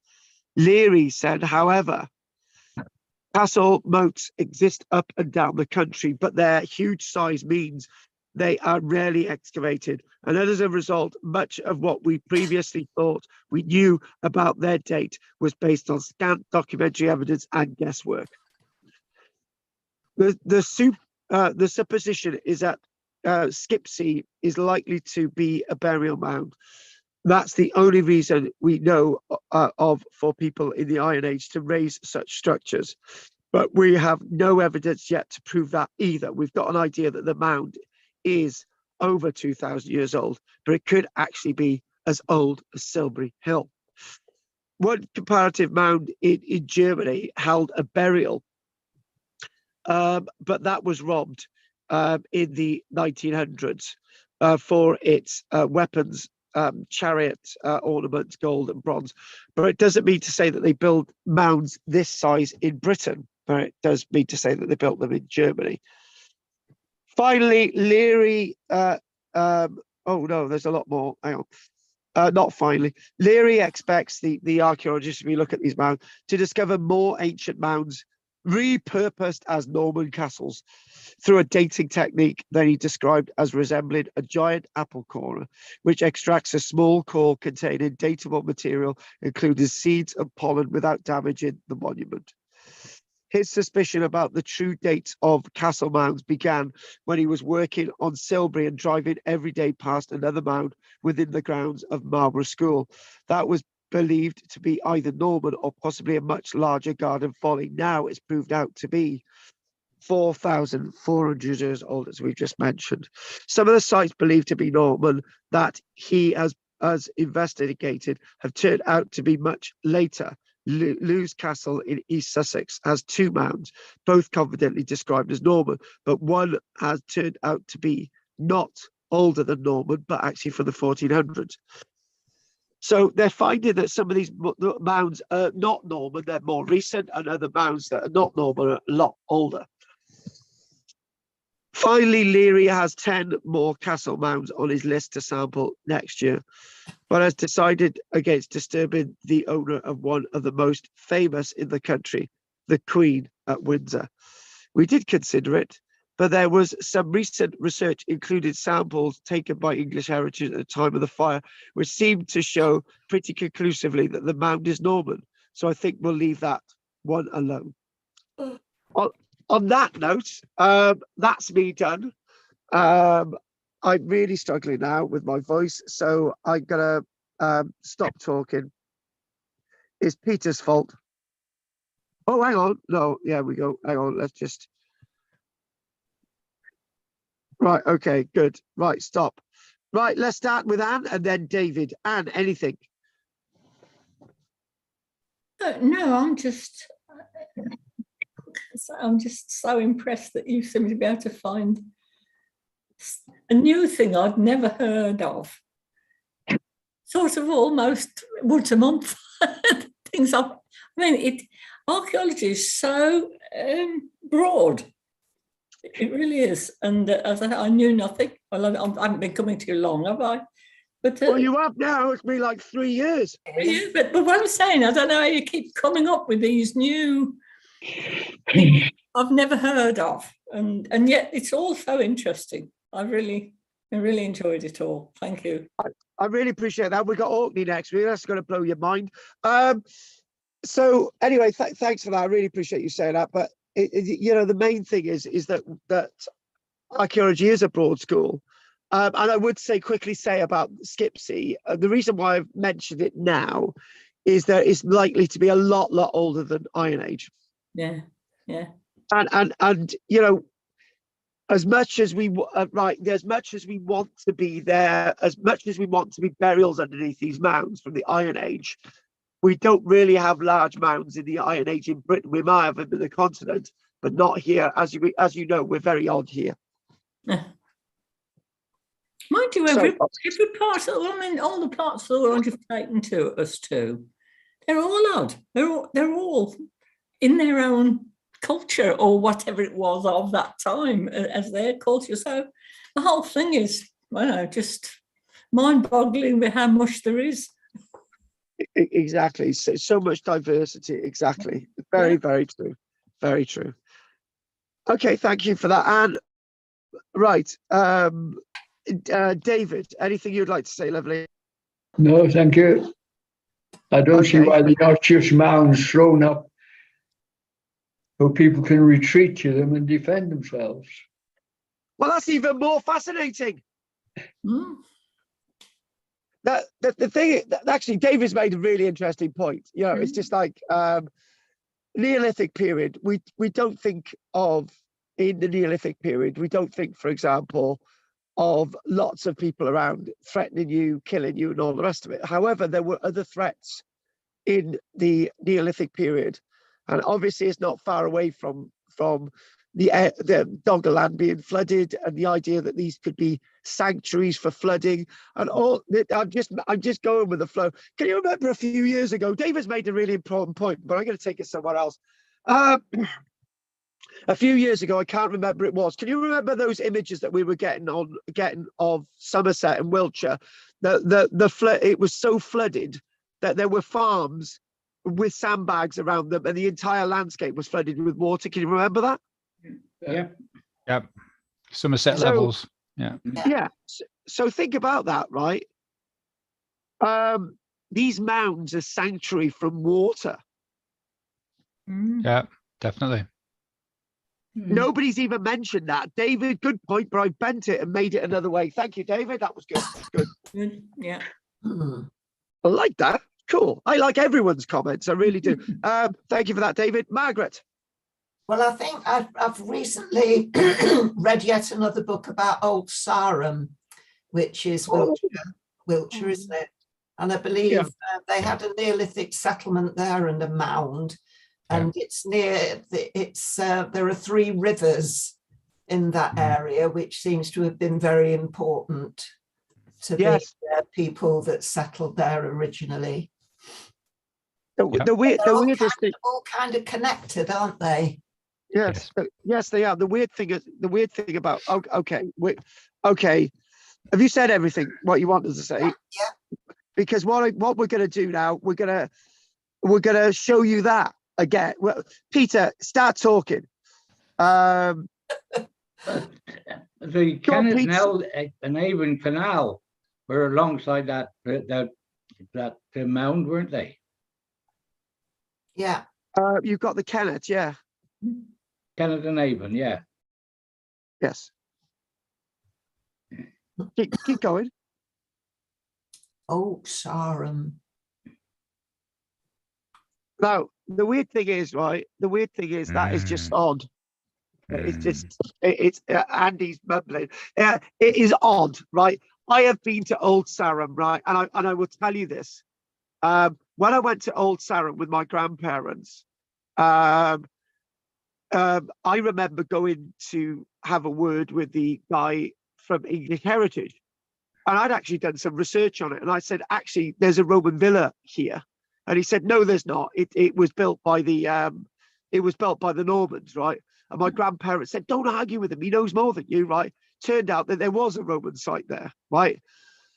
However, that mount is so odd. It really, really is. I can't describe it, but it looks so odd. It looks like a massive donut with a hole in the middle. It's like a you did one of those round things, those polos. It looks like a polo. It doesn't fit right. You never see anything like that. I've been there twice in my life. I've never seen anything like this. It's really, really odd. Okay, let's crack on. Anything else you'd like to say, Pete? No, not really, no. Right, Andy, we've done Andy, have we? Nope, not yet. Right, who have we got left? We got Andy and the 2 girls. Andy, go for it. I was looking at the that last picture that of skipsea you had up, and if you looked on the right hand side of the banking going down, it looks like it's stepped, which would suggest that it's like exactly the same construction as the other ones. Right, that's not even been mentioned. Right, okay, we're going to go back to skipsea. Right, okay, skipsea.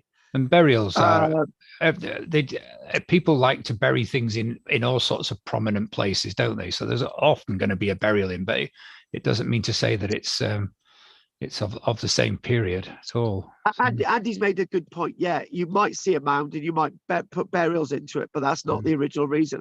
Some of the bank barrows, we see later burials in them, but that's not the real reason why they were constructed. Yeah, good point. Right, Andy, let's see which one. Not any of those. It was the one that you had up, the last one. It was I saw kind of steps going up it. Yeah, I mean you might be able to see it on any of those, but that one on the left there. Sorry, not down a bit. Not that one. There. That one. Yeah. Right. Look at the skyline. On that It's right stepped. there, it's stepped, isn't it? It's stepped. Yes, Yeah. it's stepped. It's also got the stripes from the shadows, but it's definitely stepped on that skyline. So Lynchett soil creep, but that's could be. steps. Yeah. But it's kind of the same sort of sized steps that you get on the other building ones as well. Yes, I agree. Oh, nice. Not seen that before. Okay, anything else, Andy? Nope, thank you. Interesting. I like hills, mounds, hills. Right. Okay. Right. Let's crack on. Oh, Structures. God, Structures. Let's call them structures. Yeah. structures. Yeah, exactly. Right. Who we got now? Margaret. Margaret. No, I've been already. All right. I'm just going to say to you, Matt. Oh yeah. I'm going to say. Oh, we've done Anne. Drina. Yeah, Margaret. So we got Drina left. What I'm going to say to Drina, aren't you lucky that I've decided to continue teaching you guys for the next 10 years? Good. Absolutely. Only Yes. 10 years. Well, I gotta go to Hollywood sometime. I can't hold it up that long. Do you know the wonderful thing, right? I'm gonna say it as it is, right? I have done film work and taken you with me on Skype and Zoom and stuff, right? And it's just like, can you imagine if I did a big film in the States? I could be teaching, I could be talking to you from my caravan. Look, Johnny Depp, hang on a minute. I'm teaching these guys, okay? And Amber, get out of my caravan, you dirty. Right. Right. Anyway. Right. Okay. Talking about wonderful women. Amber's not a wonderful woman. You are, Drina. So tell us anything you'd like to talk about. No, I'm fine. I haven't got anything to say. All right then. Well, next week. Okay. Well, be like that, Drina. Nothing I've said, is it? Right. Okay then. If there's no other questions, next week we're going to go to Orkney, and it was good having Dell along tonight. And I've tried to convince them to move from Thursday, but they're a bit stuck in their way still. Oh. Yes, we'll see how that goes. You would have had Henry, the Irishman, who's actually from France, who's not French, who sounds Irish. There's Bill, who gets really Bill. upset. Really, you met Bill, yeah. Mm. There's Del, who you've met. Yeah. There's Goff, who's a really nice guy. So you've never met him. So and there's Dirty Dick. There won't be room for us all on the screen. Have to get a bigger telly. No, they'll all be in David's house. He's got a nice kitchen there. I love it. I really do. David's gallery. We could sit up there, couldn't we? Yes, it's warmer up there than anywhere. Yeah. David's basically giving you a hint. I think you need to give him a call. You need to get over there. What was I going to say? Oh, Peter, don't forget 11:30 tomorrow, I do believe. Yeah, fair enough. Right. Any other questions before we finish? Is there anything like, that new Grange burial? Is there anything like that in England? No. Not like that, but no. I will say not like that, but I will say that lots of new Grange has been reconstructed, and I would argue that we've got similar monuments, not as big, on Orkney. Yes. Good night, Joel. Good night, David. Good night, David. David, see you next week. Yeah. See you next week, David. Yeah, Good night, David. Thank Good you. night, David.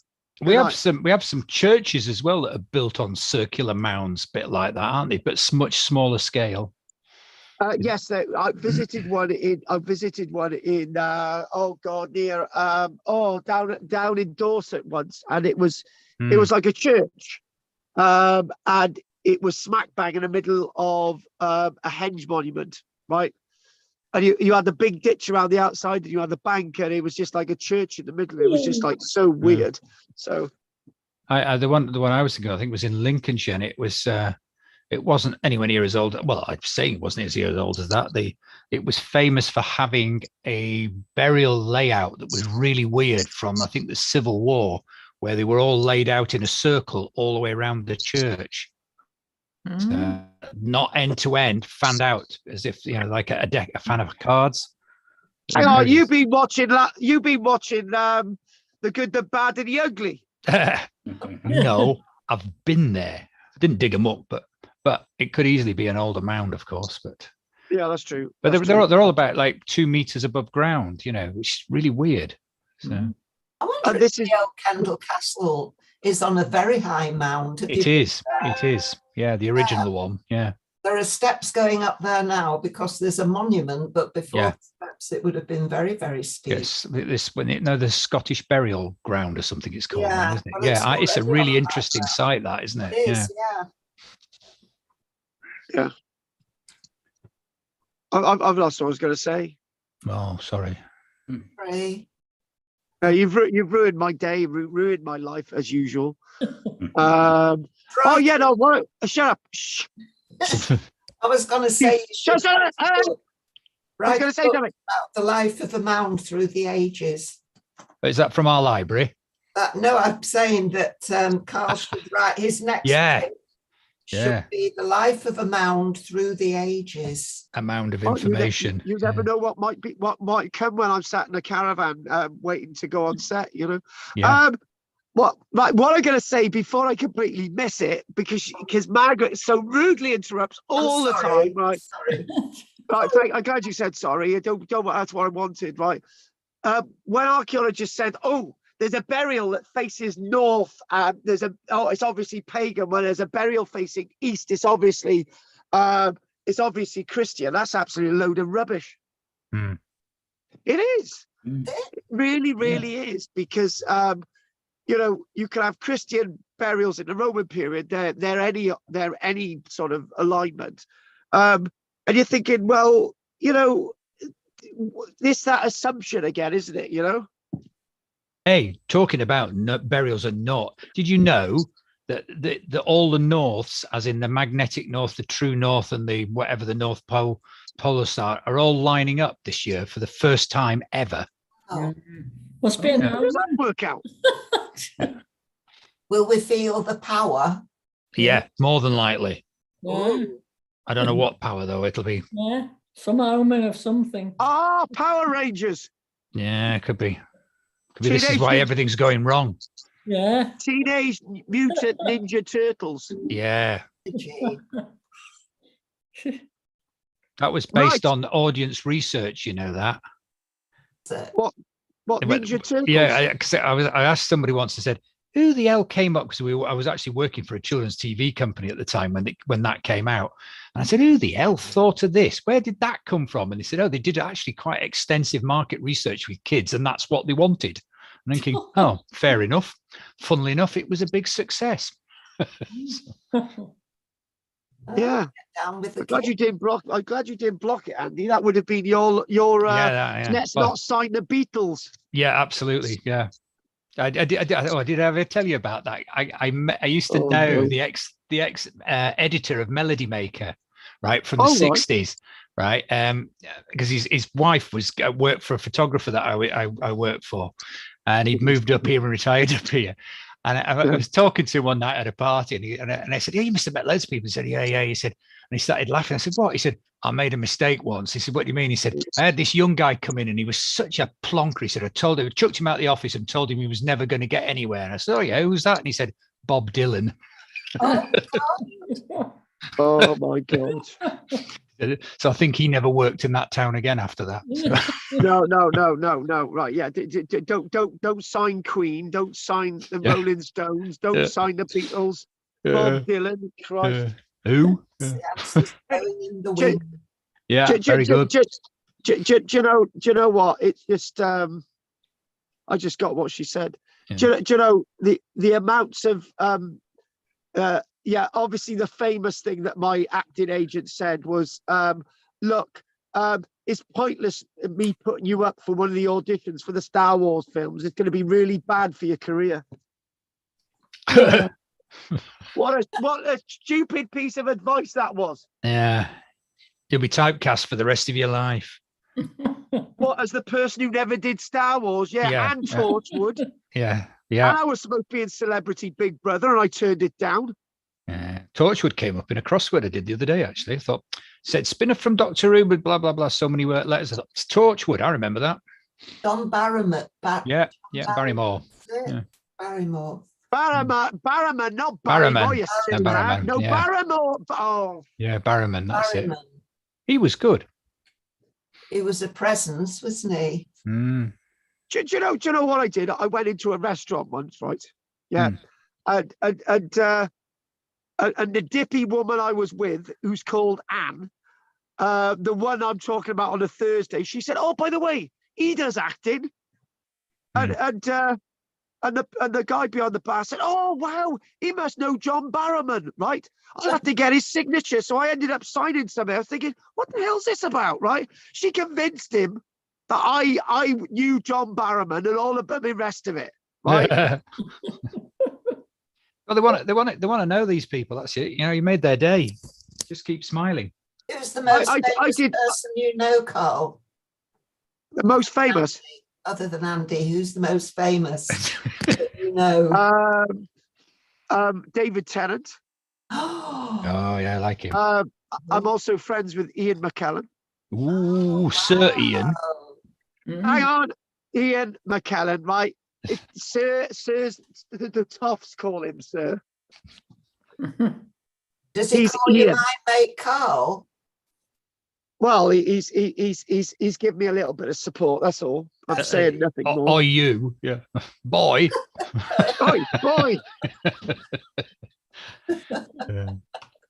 He is a national treasure. Now leave him alone. He is. He is absolutely, yeah. God. Formidable actor. Yeah. Formidable. Very, very, very lucrative in his roles. Do you know Michael Sheen? No, I don't. Somebody asked me that the other day. He's Welsh. You're supposed to know everybody. No, he is. You must know him. He's Welsh. Yeah. It's not a very big country. According to the national media, right? If he's Welsh and I'm supposed to know everyone who's Welsh, I should be personal friends with Prince William then. He's the Prince of Wales. Yeah, but only for a short while. Yeah. Oh God! Did you hear that stick they give him about which football team he was supporting? You're thinking, well, that's just ridiculous. Why can't he just support both of them? Well, of course he can. Yeah. Yeah, but he'd be a bit buggered in that game, wouldn't he? Yes, you'd have to be the referee or something. Yeah. Support the referee. No. How to make yourself popular. Exactly. Yeah. Take up cricket. Oh God. Yeah, let's move on from that. God. The weird thing is, there's not there's a Scottish cricket team. There's not a Welsh one. There's an Irish one that actually beat England very recently. So which is quite remarkable. The Irish one, is that Ireland or is it Northern Ireland? I don't know, but it's the only match they've ever played. Yeah, it's quite amazing that they beat somebody else as well, didn't they? They were doing quite well. That was in the 2020, wasn't it? They beat a farmer in a field to the potatoes. Jolly good. Right, okay. Right. I'll say good night to everybody. Bye, Pete. All right, then. What am I going to Bye, say? Pete. Good to see you. Good night. Hang on, before we go, anything else anyone wants to say before we finish? Nope. No. All right, then. I'm going to say good night to everybody. Thanks for everybody attending. Good night, Drina, and see you all next Tuesday. Margaret, Andy, and Peter. I'll see you all next week. Take care. Thanks for joining us. Thanks. See you then. Bye all. Thanks, Carl. Night, folks. Night. That was a good one. It was more than I thought, to be honest with you. 2 hours, 25 minutes. Christ.